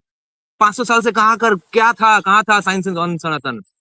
तब तो सिर्फ बोल रहे थे कि science waste का है, spirituality हमारा है. अरे 500 साल तक हिंदूज अपने खुद की कंट्री में 5th क्लास सिटीजन थे यार. Brahmins नहीं थे. Brahmins were always collaborating happily. No, we have Castas that were Brahmin happily thing. collaborating. No. How were they employed? And it's good that they were collaborating. So we would be finished off completely. We are alive because they were collaborating and having a job after all. And everyone else was doing the other stuff anyway. So yes, that arrogance is definitely biting us in the ass right now. What would you change about the BJP communication problem? Because that's a serious problem, and I think it's almost deliberate because they have been hated by academics and English-speaking people so much that they pretty much have a dislike for those people. It's only beginning to change now. They see any English-speaking person who doesn't do march past with them in chaddis, they are going to get pissed off with them. That, oh my God, you're a free thinker. Oh, you are probably a commie. And therefore, then they start appealing to them as a commie. Then they start saying, yes, even I like all the stuff you like. I like poverty as well. I like socialism as well. I like Gandhism as well. Please accept me, bro. Otherwise, if they don't accept them, then the other angle is that, okay, you are English-speaking and you are not doing march past in chaddis, fuck off. What's the middle ground here that can be approached by BJP? I think personally BJP has to be See, some of it is a little bit, it's portrayed in a way so that even Hindus probably feel like they are in the right path or whatever. But I just personally feel like BJP's communication is mostly handled by Anand Rangnathan and Jason Deepak, although Yeah. they are not associated with that. Yeah. But it's like the way they are going about it. I think anyone in their party is also not doing that job correctly. Yeah. Just In our generation, no one has become a Hindutvadi because of anybody in BJP. No. Everyone has been outside BJP who has influenced people. yeah, completely. So yeah, the communication is not very good. I mean, only and only if you've understood that this has happened to us and you have that clear picture of this has happened, then only inside from you might have felt okay, these are things that were happening to us, so this is something that we need to look forward to, but not because BJP was very. So that's again my the thing. If he was a fascist, then it would be so hard for us. Yeah. You know, Yeah. I wish he was more of a dictator. Then it would have been better. Now, on this issue actually, so if he was in fact a little fascist on this, Narendra Modi or the education system under him, people like us would not have converted from leftist politics because let's say a lot of right wingers have been pissed off with the government for not changing the history books from day one. But you see, I was a leftist until 2018. Only in the American sense, I turned right winger in 2018, and I turned a Indian context right winger only in 2021. But if from 2014, without me knowing anything about Indian history, if the government had started telling me that, okay, from today, Aurangzeb is bad, from today, Indian history is good, Indian past was great, I would consider it absolutely true that, okay, that means he's lying. That means it's being forced upon us. And therefore, I'm never considering anything in Indian past as good, even possibility of it being good. Since I read it on my own, since it came from non-BJP people, since it came from an English-speaking guy who was an economist, that's why I got convinced. It would have never happened in a million years. And what hardcore BJP supporters and BJP families don't realize is that they are winning on the basis of converts, not generational BJP supporters, because that number was minuscule. Otherwise, BJP would have forever ruled India. BJP wins because of converts from commie families. And commie families get converted because the fascism did not happen. It happened because we learned on our own, because of the organic Definitely. growth. Definitely. Makes sense. Yeah, so on BJP part, so do you think that this 400-year-old project okay, to actually create a lot of things? Okay, like if you read a specific chapter in the book, it is not an accident but a design. Okay, now the so-called nationalists, correct? They have not been adjacent to power for so many hundreds of years. Okay, so and for that reason, do you think that this narrative is something which is a curated knowledge? Oh yeah. Is correct there. So BJP being a non-adjacent or a non-adjacent to power for so many hundreds of years. So first they have a generational trauma of meeting English-speaking people. They think they are a Marxist evil, coming to kill us.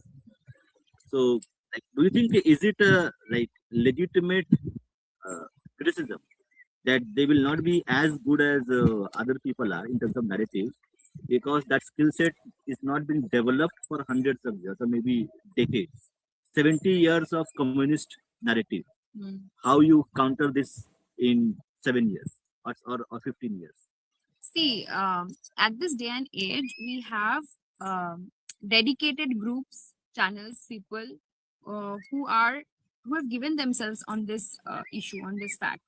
So the government has to reach out to them in some sorts of form, because I feel like if you're still orbiting around that mindset that okay, English speaking people are gonna come for us, then it's not kind of cool, because then it'll give them the power to again change the story and flip it onto. So it doesn't make sense. And there are rules now. I mean, see, it doesn't matter how long you have suffered.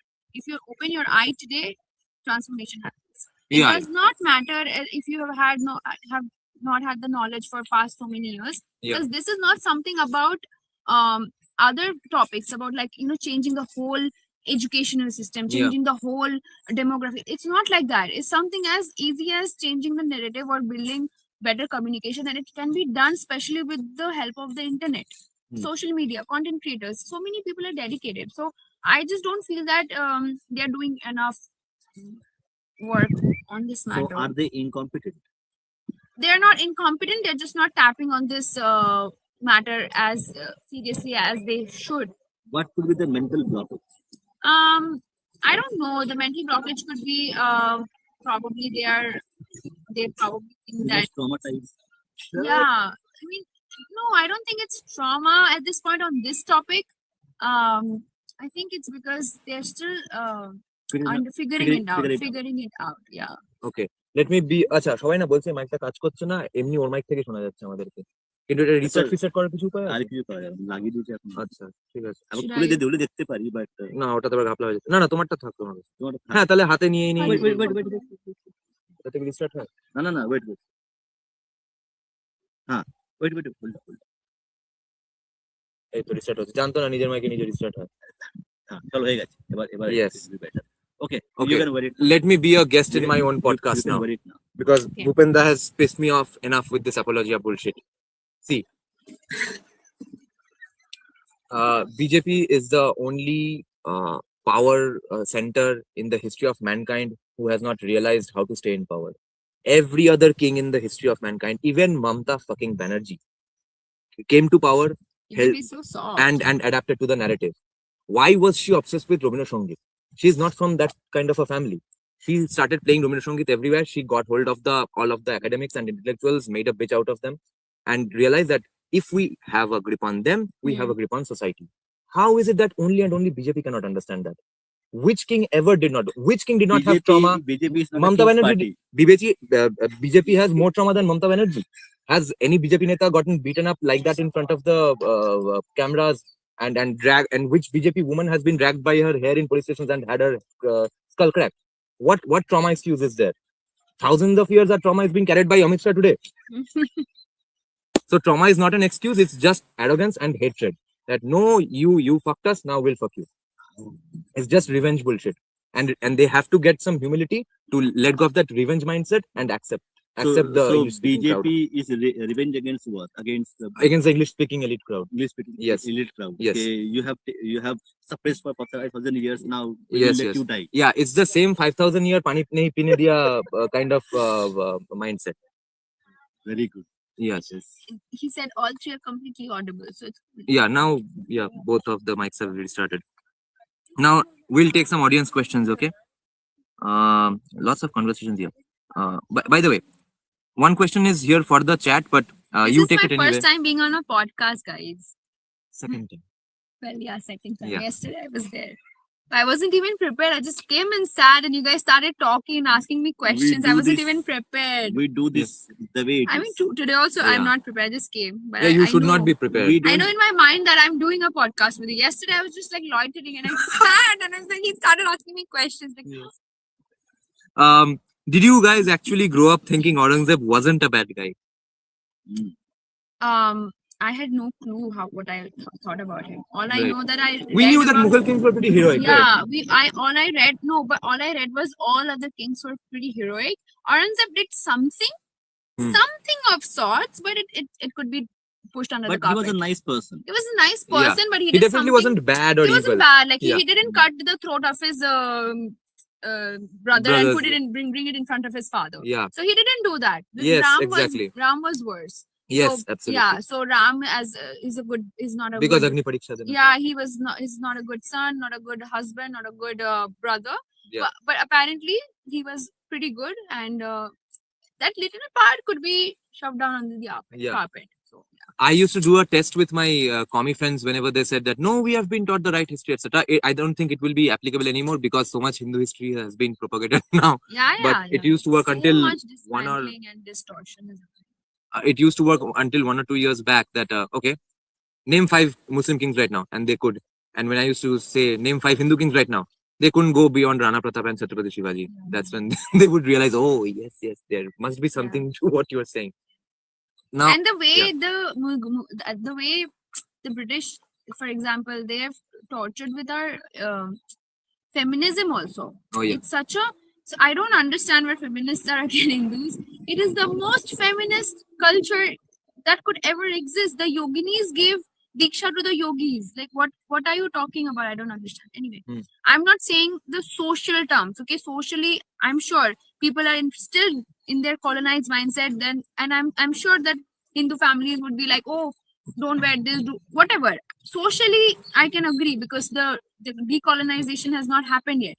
But as a culture, as a civilization, as Sanatanis, it's not like that. Like there are temples where women are bare chested. People and women used to wear like that. That Yeah. rape and everything happened at that time. Oh because yes, yes. People thought beyond body. Yeah. The goal was to reach the higher ultimate. Yeah. Not to be limited with the body and all of this. This is a very Abrahamic mindset. Patriarchy has come from Abrahamic mindset. Yes. So it's not within us. So I hope that we also, as Hindus, decolonize us from this mindset very soon. Yeah.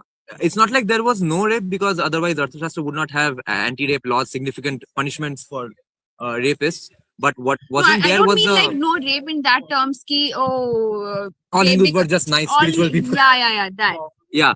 But what wasn't there was the forever commodification of the objectification of the female body all the time. Objectification That of wasn't female there body. all the That time. was not there.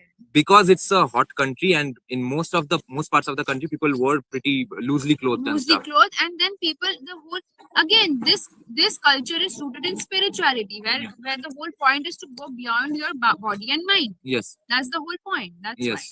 And the proof that it happened after Islamic kings came and the Arabic cultures came here, the proof, one of why. the many British proofs, and British. that's much later. It was screwed much before that, because in Valmiki Ramayan, Jayanta the crow sits on Masita's breast, and it's happily mentioned that way. By the time Tulsidas ji is writing the Ramcharitmanas, Islamic invasions have happened, and all of a sudden, breast has a different connotation.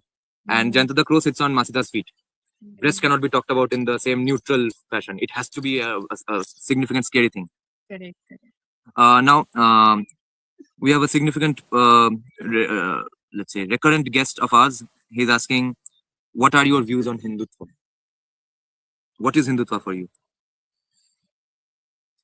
Hey, you cannot separate Hindutva, like Hindutva in terms of country. It's a Hindu, geographically it's a Hindu country. That is Hindutva for me.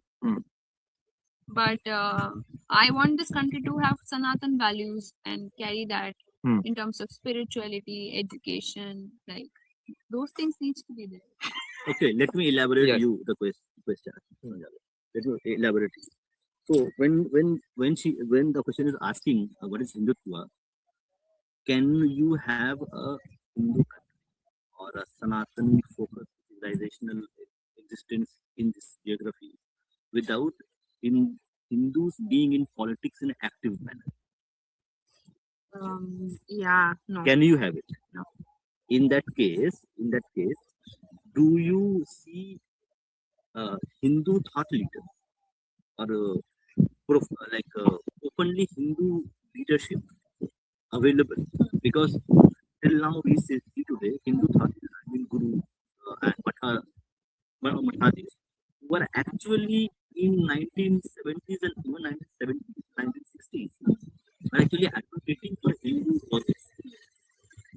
After I don't know what happened, the Mathadis and Hindus became insular, and they only tell people to go and do puja and archana. They are not teaching their disciples that your political identity as a Hindu is as much important as you are doing puja. So that the question is, because the like you can say Hindus in Bharat, when the Hindutva thought leaders become political rather than only aligning them to spiritual space. That is something which the way the world runs right now. So that is the question.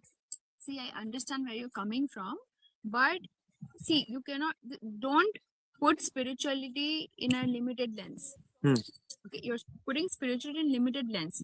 Don't make spirituality as something that is only okay. Only this happens with spirituality. That is not true. Spirituality is political as well. You can apply spirituality in politics as well.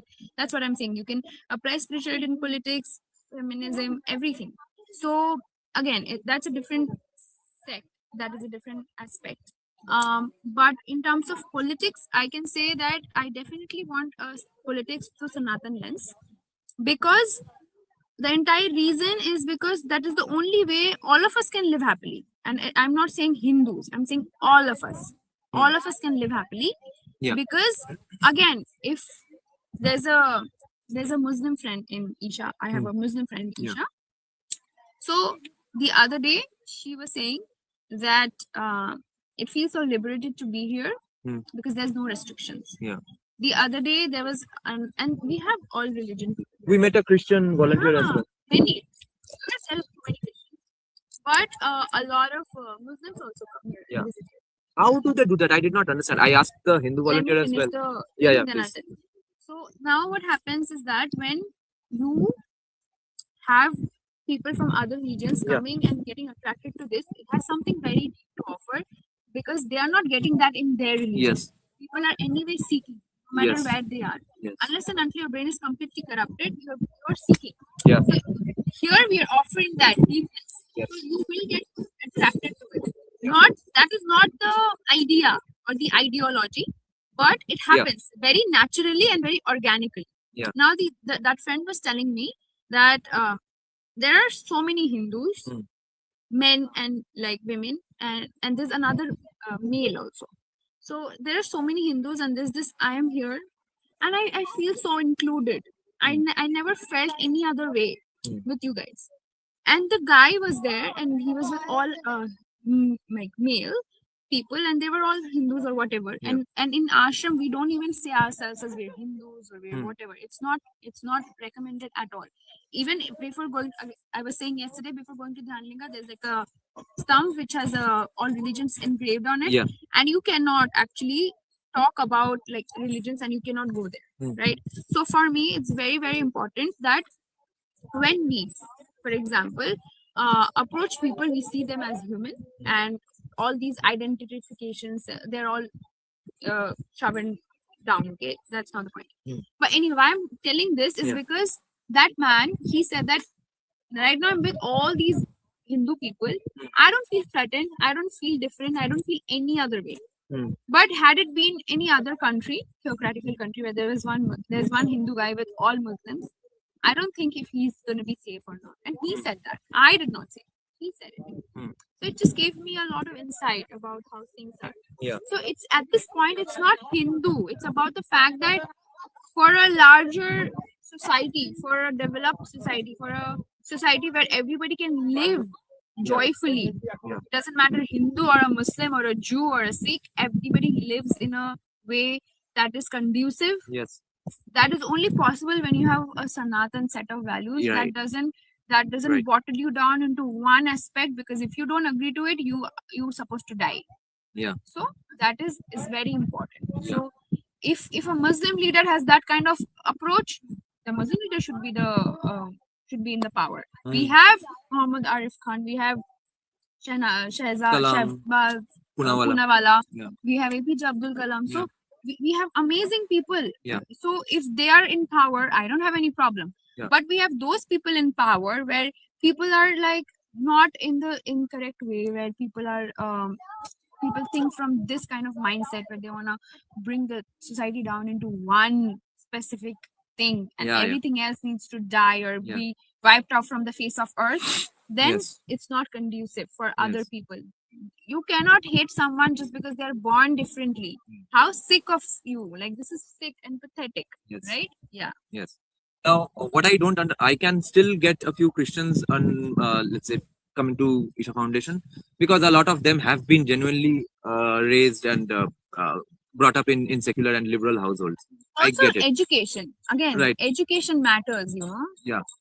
Well, All these plenty of terrorists come from highly qualified backgrounds these days. I know, but when I'm saying education, I'm saying literacy. Yeah, proper. Education, Yeah, I'm not saying academic qualification. academic qualification. I'm saying literacy. Yeah. People are doctors and rapists and terrorists. That's not the point. Yeah. But I don't get how are Muslims coming to Isha Foundation, because idol worship is very strictly prohibited. So that's what I'm saying, because this is again not.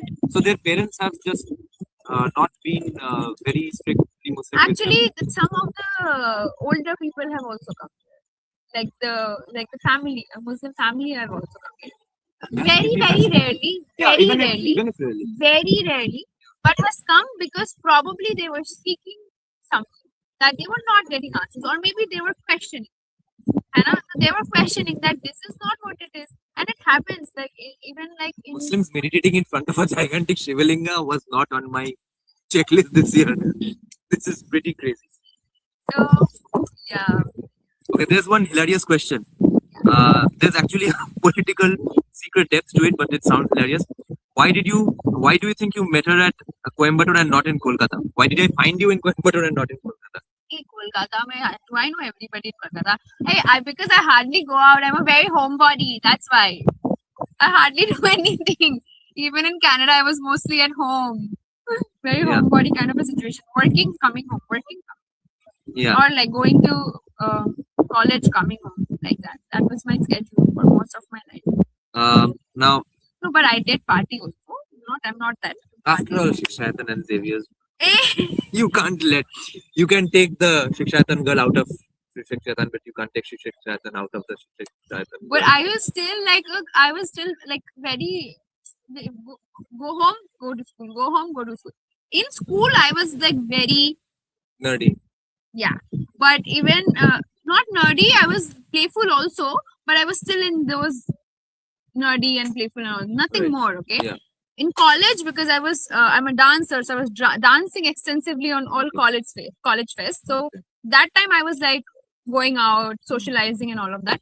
But again, for me, socializing is like going to a cafe where my friends are like taking hookah and I'm like enjoying sitting with them. But that's about it. Nothing crazy. And in Canada, my socializing really limited to only few parties that had Bollywood music, because I love to dance. So me and my friend would go dance, and then come back home. Then the only time you hear some good Bollywood music. Not promoting Bollywood. Bollywood is crazy. Anyway. Except Dhurandhar. Except Dhurandhar. What kind of Bengal Files or Kashmir Files. Yeah. So sad that they did not let them release it here, the Bengal Files. It would have gotten so much more.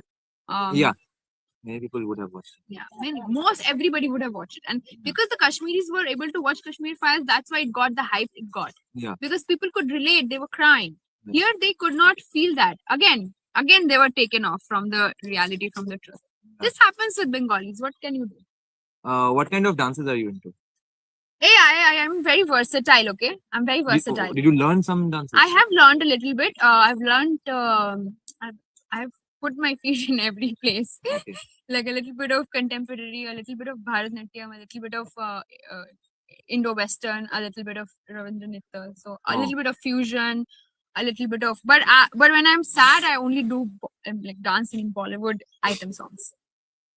Now, if you do come back to Bengal, what do you think is there for you? The jobs and stuff? It's very questionable, honestly, because I don't see a very good job kind of a situation there. I want to do content creation again. I had like 50k followers on TikTok while I was in Canada, but apparently TikTok was closed, which I agree with that decision. But at that time, I did not plan on converting my followers, TikTok followers, to Instagram because I was working day and night. Okay.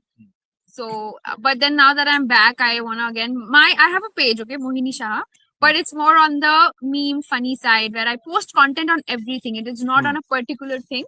I post content on everything. It's chill, funny, relatable stuff. Yeah. But I do want to have because I want to work for this cause. I do want to have a page guided for something like this. So I want to do content creation. I am a budding content creator and I'm working in the content creation team in Isha also. Right. So now I want to go back home and actually work on content creation because there's so much that I can do with content creation. So yeah.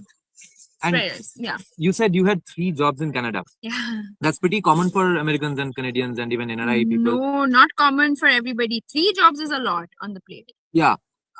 For the middle class, it's kind of common in America even.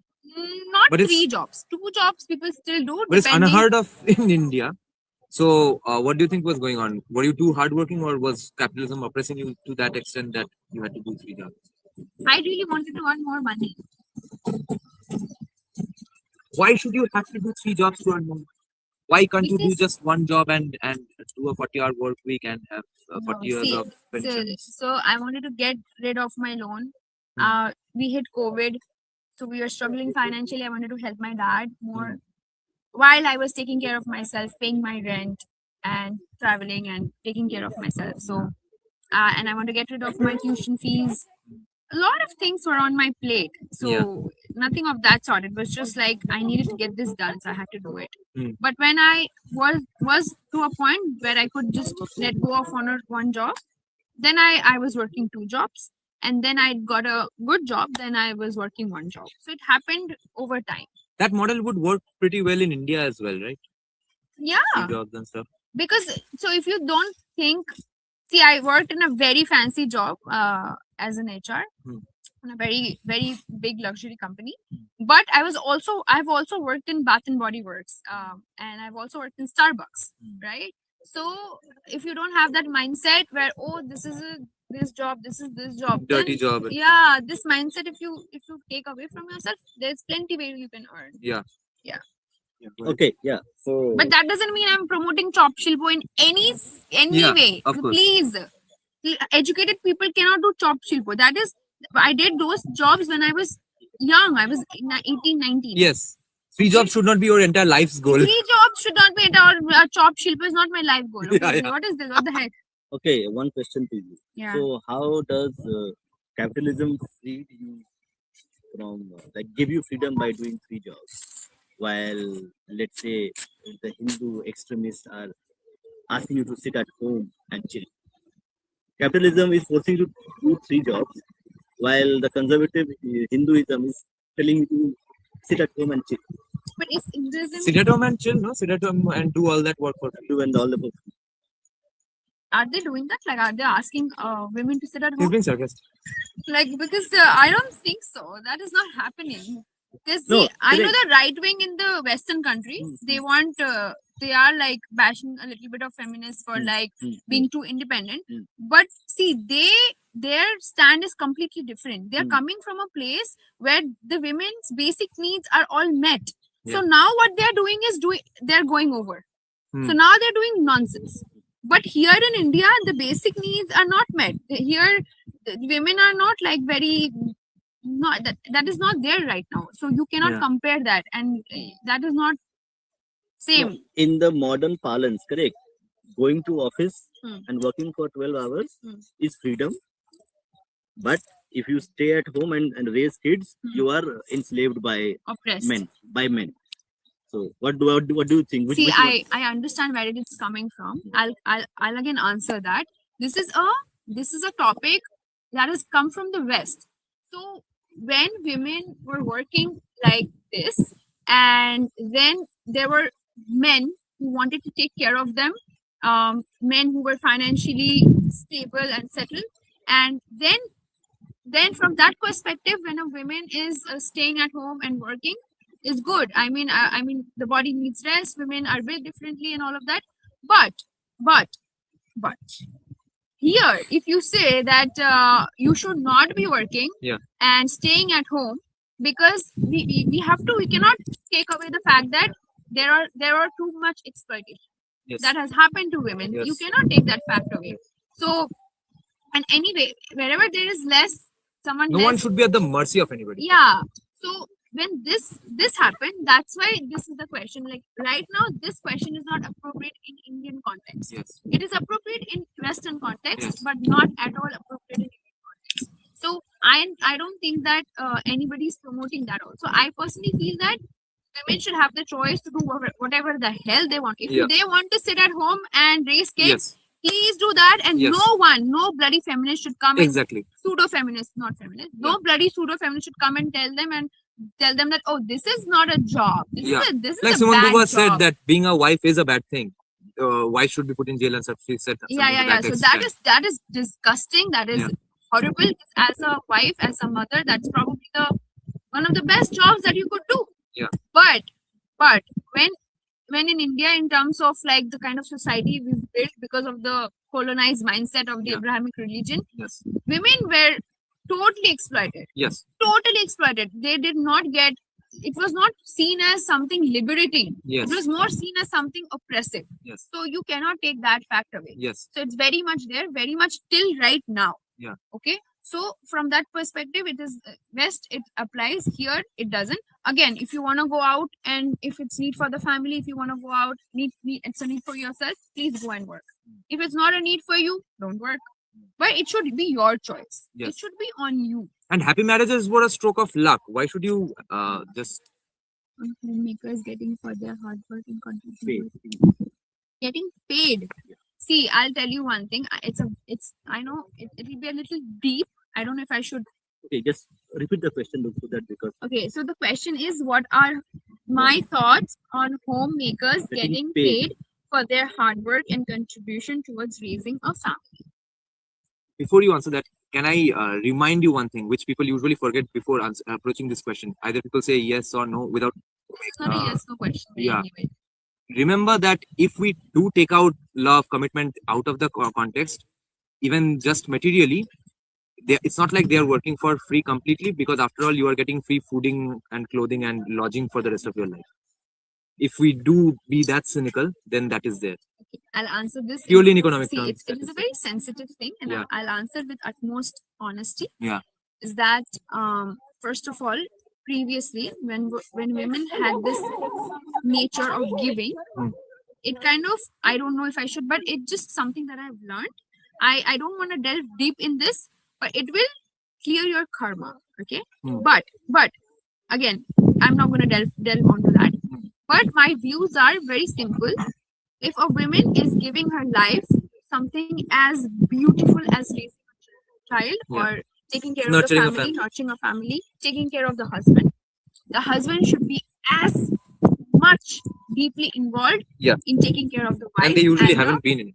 Yes, taking care of the wife and the family. Yeah. If the equality is not there, Yes. if women only are empowered and for jobs, but men are not empowered to do the household chores, it's a very big gap. Yeah. So again, when a woman is taking care of the family, I do not expect the women to get paid for it, because I think as a mother, you're doing it out of pure love for the children, and it cannot be transactional. It is disgusting. Right. It cannot be transactional. Yes. And even for the husband, if you actually love someone, you would want to do this things for them. Again, so as women, if I talk for myself, I'm not against cooking. Okay, I would enjoy. I cooked for myself in Canada, no matter how bad it is, but I tried. So I don't mind not cooking, but I mind if someone is telling me that you have to cook for me as a duty that I need to offer you every day, without giving me the certain nurture, care, love, those things. If it's missing, then it feels like a burden. Then it doesn't feel like something that I can do voluntarily. Yes. Then there's a problem. So you cannot fix one aspect without taking out another aspect. Yeah, it has to be a holistic. It has to be a holistic approach, which is lacking. Yes. It is not there. Yes. But when you talking about feminism or pseudo-feminist topics or ideas that is coming from the West, that it still cannot be applied in India at all. India is not there in terms of women. There is empowerment, but not empowerment in true sense, like wrong empowerment, where women would go and do. Yeah, degeneracy is the only. Yeah. Those things. So for example, how the commies think, go smoke, go be like a man, then you're a woman, or then it's equal. Yeah, Ben Shapiro said this beautifully. He said that feminists were right to say that men are pigs. Yes, most men are pigs. But feminists got it wrong when they said that women therefore ought to also be pigs. What sort of a solution was that? Now on the this is a great topic to discuss. We'll leave in another 10 minutes. Yeah. On the men thinking out of the blue that why are women getting so much freedom and stuff? or why are they getting into jobs? Why can't they be in loving families? The problem is that it was not all of them were loving families. If at all, a majority were loving families, because love was not in the question anyway. Love between husband and wife is, I think, only 120 year old phenomenon, Yeah. and that too in only elite families. Yeah. And So- like and people say, oh, we don't have innocent women anymore. Right. First Trad off, wives. they were not innocent women. They were oppressed, abused. Yes. They were not innocent. They were just tolerating abuse because Yes. they did not have anywhere to go. Because of luck and sheer happenstance, or because of really good upbringing of some men would be that dedicated Yeah. towards their wives, and they would Yeah. actually probably fall in love with Yeah. their arranged wives and stuff. And also I would like But to that's add just one, luck. How can you depend on luck yeah, forever? and I would also add one more major point, because everything is very westernized. Used to be, it was getting very westernized. Right now we are again understanding our own culture. Yes. But there we know, right, there was a time when everything needs western approval, western validation. Yeah. So at that time also, in West, economy was everything. Yes. Economy was seen as everything. Yes. But nurturing a life meant nothing. Yeah. So they adopted that also. Yeah. Now when you put economy as the forefront of your life, and someone who's going and getting the money, automatically the guy is like, oh, I am going to get the money, you are here at home, so I'm better. Yeah, that's That what the is men the- were saying, and that's why feminists Yeah. said, okay, now then we'll get money as well. Exactly. That is what happened. Yeah. And my main point, oh, what a nice cool breeze. It's always like this. The concept of cool breeze sounds so nice, and we never get it in Kolkata, except some days The in air the quality winters. is even worse than Delhi. It's just not Yeah, that's getting what people highlighted. don't know. Kolkata's AQI is almost all the time just a little better than Delhi, or No, all the recent time it's times worse it was than. worse than Delhi. Yeah, yesterday it was about 600. It was worse than, it is worse than, I've been checking it. Yes. It's worse than Delhi. Now for me, I feel scared because I've been here for the last 8 months, and 7 months. It's gonna be 8 months next month, Oh yeah. and I've just had the best time My of asthma my got life. treated when I was living in Kalimpong. It got reignited when I came back to Kolkata. So with that luck thing, what women in general used to have is a fucking life sentence. If you don't have an understanding husband in that arranged marriage situation where there's no love, you were not going to be a loving wife and nurturing wife. You had a life sentence, and we did need a solution to that life sentence situation. Yes. And in the past, maybe we didn't have other avenues to do it. Yeah. Fair enough. But society is Also- evolving for a certain reason. Also, like, they don't have to care about taking care of the boy's mother and how she's gonna take her trauma out on her. They don't Oh have my to take god! care of Yes, those yes, things, right? Here, Yeah. they have to take care of these things. yes. There, they can just live by themselves. They can do whatever the hell they want to. Yeah. Live together, break up. Nobody cares. Nobody knows. Yeah. Here, there's societal shame. And also, these are again not Sanatan values. These have all come from the Abrahamic religion. Yes. But again, Victorian these are morality. Victorian morality. But this is idolized as Hindu things. Yeah. And the Because worst of part, idiot fucking arrogant Hindus. idiot, arrogant Hindus. That's the whole point. That's what I'm saying. That the arrogant Indian Hindus are Yes. also, I mean, Yeah. The monk who sold his Ferrari and the Hindutvadis who hate him. Now, on that taking out trauma on the children thing, I am reminded of this point again. That beautiful situation in the Isha Vidya schools. What I said yesterday in the closing ceremony reflections speech as well, that if India ever becomes a first world country, it will be because of schools like this. There's so much happiness going around in the classrooms. Now, happiness is overrated in this concept a little, because, yeah, after all, if the kid was not in the school, he would be most happy. So happiness is not the infinite goal here. But inside the classrooms, happiness is important, and the cheerfulness is important, and the teachers all smiling about all the children in all the classrooms were genuinely happy to be there. They were very cheerful. They were seemingly having a fun time. And I don't know how Sadhguru has managed this, but there has definitely some serious research has gone into this, and he has put into place some definitely mechanisms. the whole concept of shaming a person in front of the class that we had to go through. Favoritism, future will always have a favorite, you know, and all these things are completely discouraged here. You cannot do all this.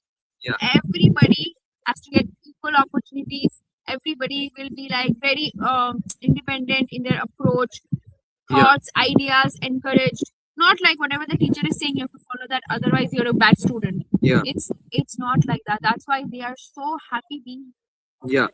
Now, that happiness is important in the classrooms because They no like ma- to learn. no matter exactly, most Indians are good in studies because they fear the stick of their mother or their father. Just out of fear of getting beaten up, you become good in Yeah. studies. How retarded is that? And Yes. that's why we keep creating sheep, and that's why we are not going to become a first world country with this education system. Yes. There are plenty of problems with the education system, not just wrong history education. Yeah. The way we are taught Education to sy- think and yeah. study. And this is not That's why the we keep providing billionaire CEOs, not billionaire founders. founders, exactly. Because we are all fucking sheep. We Sheep. have been taught to be afraid of someone. Yes. And that's That's being the whole absolutely point. solved by the Isha Vidya Isha schools. Vidya and homeschool and everything. Yeah. Because they're nurturing the minds. Yes. And not just with They're not education. afraid of anybody while Not learning. afraid, Therefore, yeah. they'll think anything they want They can to. think anything. And the They'll way, live their full potential. yeah, and the way the inner well-being is also taking care of mental health. The way they do yoga and pranayama is not some basic stretch and twist. Okay, it literally builds the foundation of who you are. Hmm. So it's just very. And they also learn kalari and dance and singing and everything. Like they do everything. I don't know. It's just I want to be small and go back to homeschool or Yeah, Isha Vidya. yeah. That school was I really had fun. I had an emotional moment there yesterday. Yeah, exactly.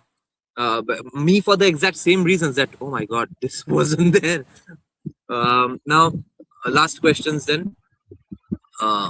What's going to happen in Bengal, do you think, politically in 2026? Predictions, political predictions See, from a spiritual person I'll tell you. who's not in Bengal. I'll tell you. This has got nothing to do with spirituality. It's just what the heck? Your identity is that you are a spiritual person. No, that's not my identity. Good. I try to walk on the spiritual path because it just gives me a broader way of looking Yeah, the at fact life. that you are spiritual should not be Perceiving- an identity. No, that's not. Then again, we are in the wrong way. Yeah. It's just it's just a expansion of who I am, or Exactly. I want to seek more, or see things clearly, or have a better perception about life. Right. That's what. Yeah. It's not my identity. When Yes. spirituality becomes identity, then Yeah. it becomes ego. Then again, you're in the wrong path. Yeah. So it's not my identity. And this is the only time I've called myself a spiritual person. I've never ever called myself a spiritual person because I don't know if I qualify for that also. Steve Jobs. No. What's happening in Bengal? The prediction. The prediction is this that see when we were in very high hopes that the Mamata government would come, and they did not come, and CPIM came. And Six. yeah, and then the next time actually Mamata came. And the same pattern is repeating. Just if I talk about psychology and pattern, Right. because I study a lot in psychology. So from that pattern, the same thing happened. BJP was about to come, but it didn't come. But I hope that 2026 BJP, there's a high chance for the party to come. Hmm. So could be something of that sort could happen. Yeah. Do you think if BJP does not come to power, Bengal is doomed forever? Which is a lot of people think. Yeah. I feel the same way. Not because I have anything against it, but the way the system is, the way the structure, the way the political party, the way they say that Guru Lathi Khete Hobe, what is this, yaar? Dudel guy. Who Wait, speaks like wait. which One more CM thing. speaks like this? Wait, one more thing. So, if let's say BJP loses the elections, okay, then according to you, Bengal will be doomed forever for the near future. Correct? Whom The would you? resurrection would not be easy. Yeah, easy. Okay, but for near term, it will be in a hellhole. Not a bit bad, good place. It will be a hellhole. Just be honest about it. Okay. So, would you blame BJP or the voters of Bengal? Whom would you blame more? I am not into blame business, so I know you're trying to get controversy out of me. I would say that people of Bengal needs to wake up. It's high time. It's high time that they need to wake up. Even I don't know if I should say this. Even if you think that currently you're in a place where you cannot voice your opinion, you should at least vote your opinion. Yeah. That at least you can do. So not everybody can voice their opinion, and I agree that, and I understand that, and I do recognize that. But you should at least vote for the change, like vote for something that would be conducive. I'm not saying that BJP comes and though it will be all flowery and bloomy. It can't possibly be It's that. not possible. it won't happen. Yeah. And I also don't prefer if BJP gives the same party the same tickets. Yeah. I don't prefer that. Yeah. But again, BJP also needs to actively work on it because we have Shubhendu Adhikari, of course, but we need like more people to be upfront to show that okay, something we can look up to. So that needs to be there. Okay. Again, I'll be a guest in my podcast, and I will say I will blame BJP, not the people of Bengal, because only 20% of Hindus vote for Trinamool, and BJP makes sure they lose some way or the other every time. Hope they don't this time. Okay, then. Thanks a lot for joining, guys. We will catch up with her as soon as possible again. When Probably I'm back after. in Kolkata, Yes. probably. No, I think before that as well. Okay. So yeah, goodbye from Bhupendra and me. We will catch a flight pretty soon. Bye. Take Bye-bye. care, guys. It was so nice. Oh, that's where we end, right? This is the first time I'm doing StreamYard End, from end, phone. end, Yeah, end. we'll play the nice music again. Bye bye. Enjoy some metal Rabindranath again. যদি সবাই ফিরে যায় ওরে ওরে ও ভাগা সবাই ফিরে যায় যদি গম পথে যাওয়ার কালে কেউ ফিরে না যায় তবে পথের কাটা তুই রক্ত মাখা চরণ তলে একলা দলরে তুই রক্ত মাখা চরণ তলে একলা দলরে যদি তোর ডাক শুনে কেউ না আসে তবে একলা চলো রে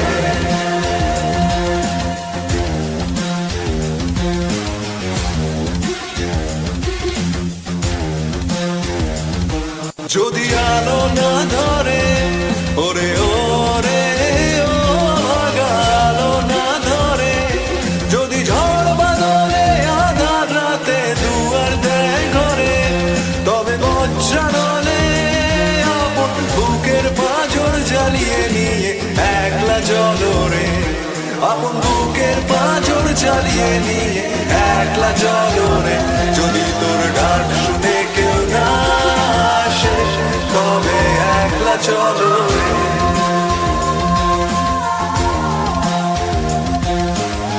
একলা চলো একলা চলো একলা চলো একলা চলো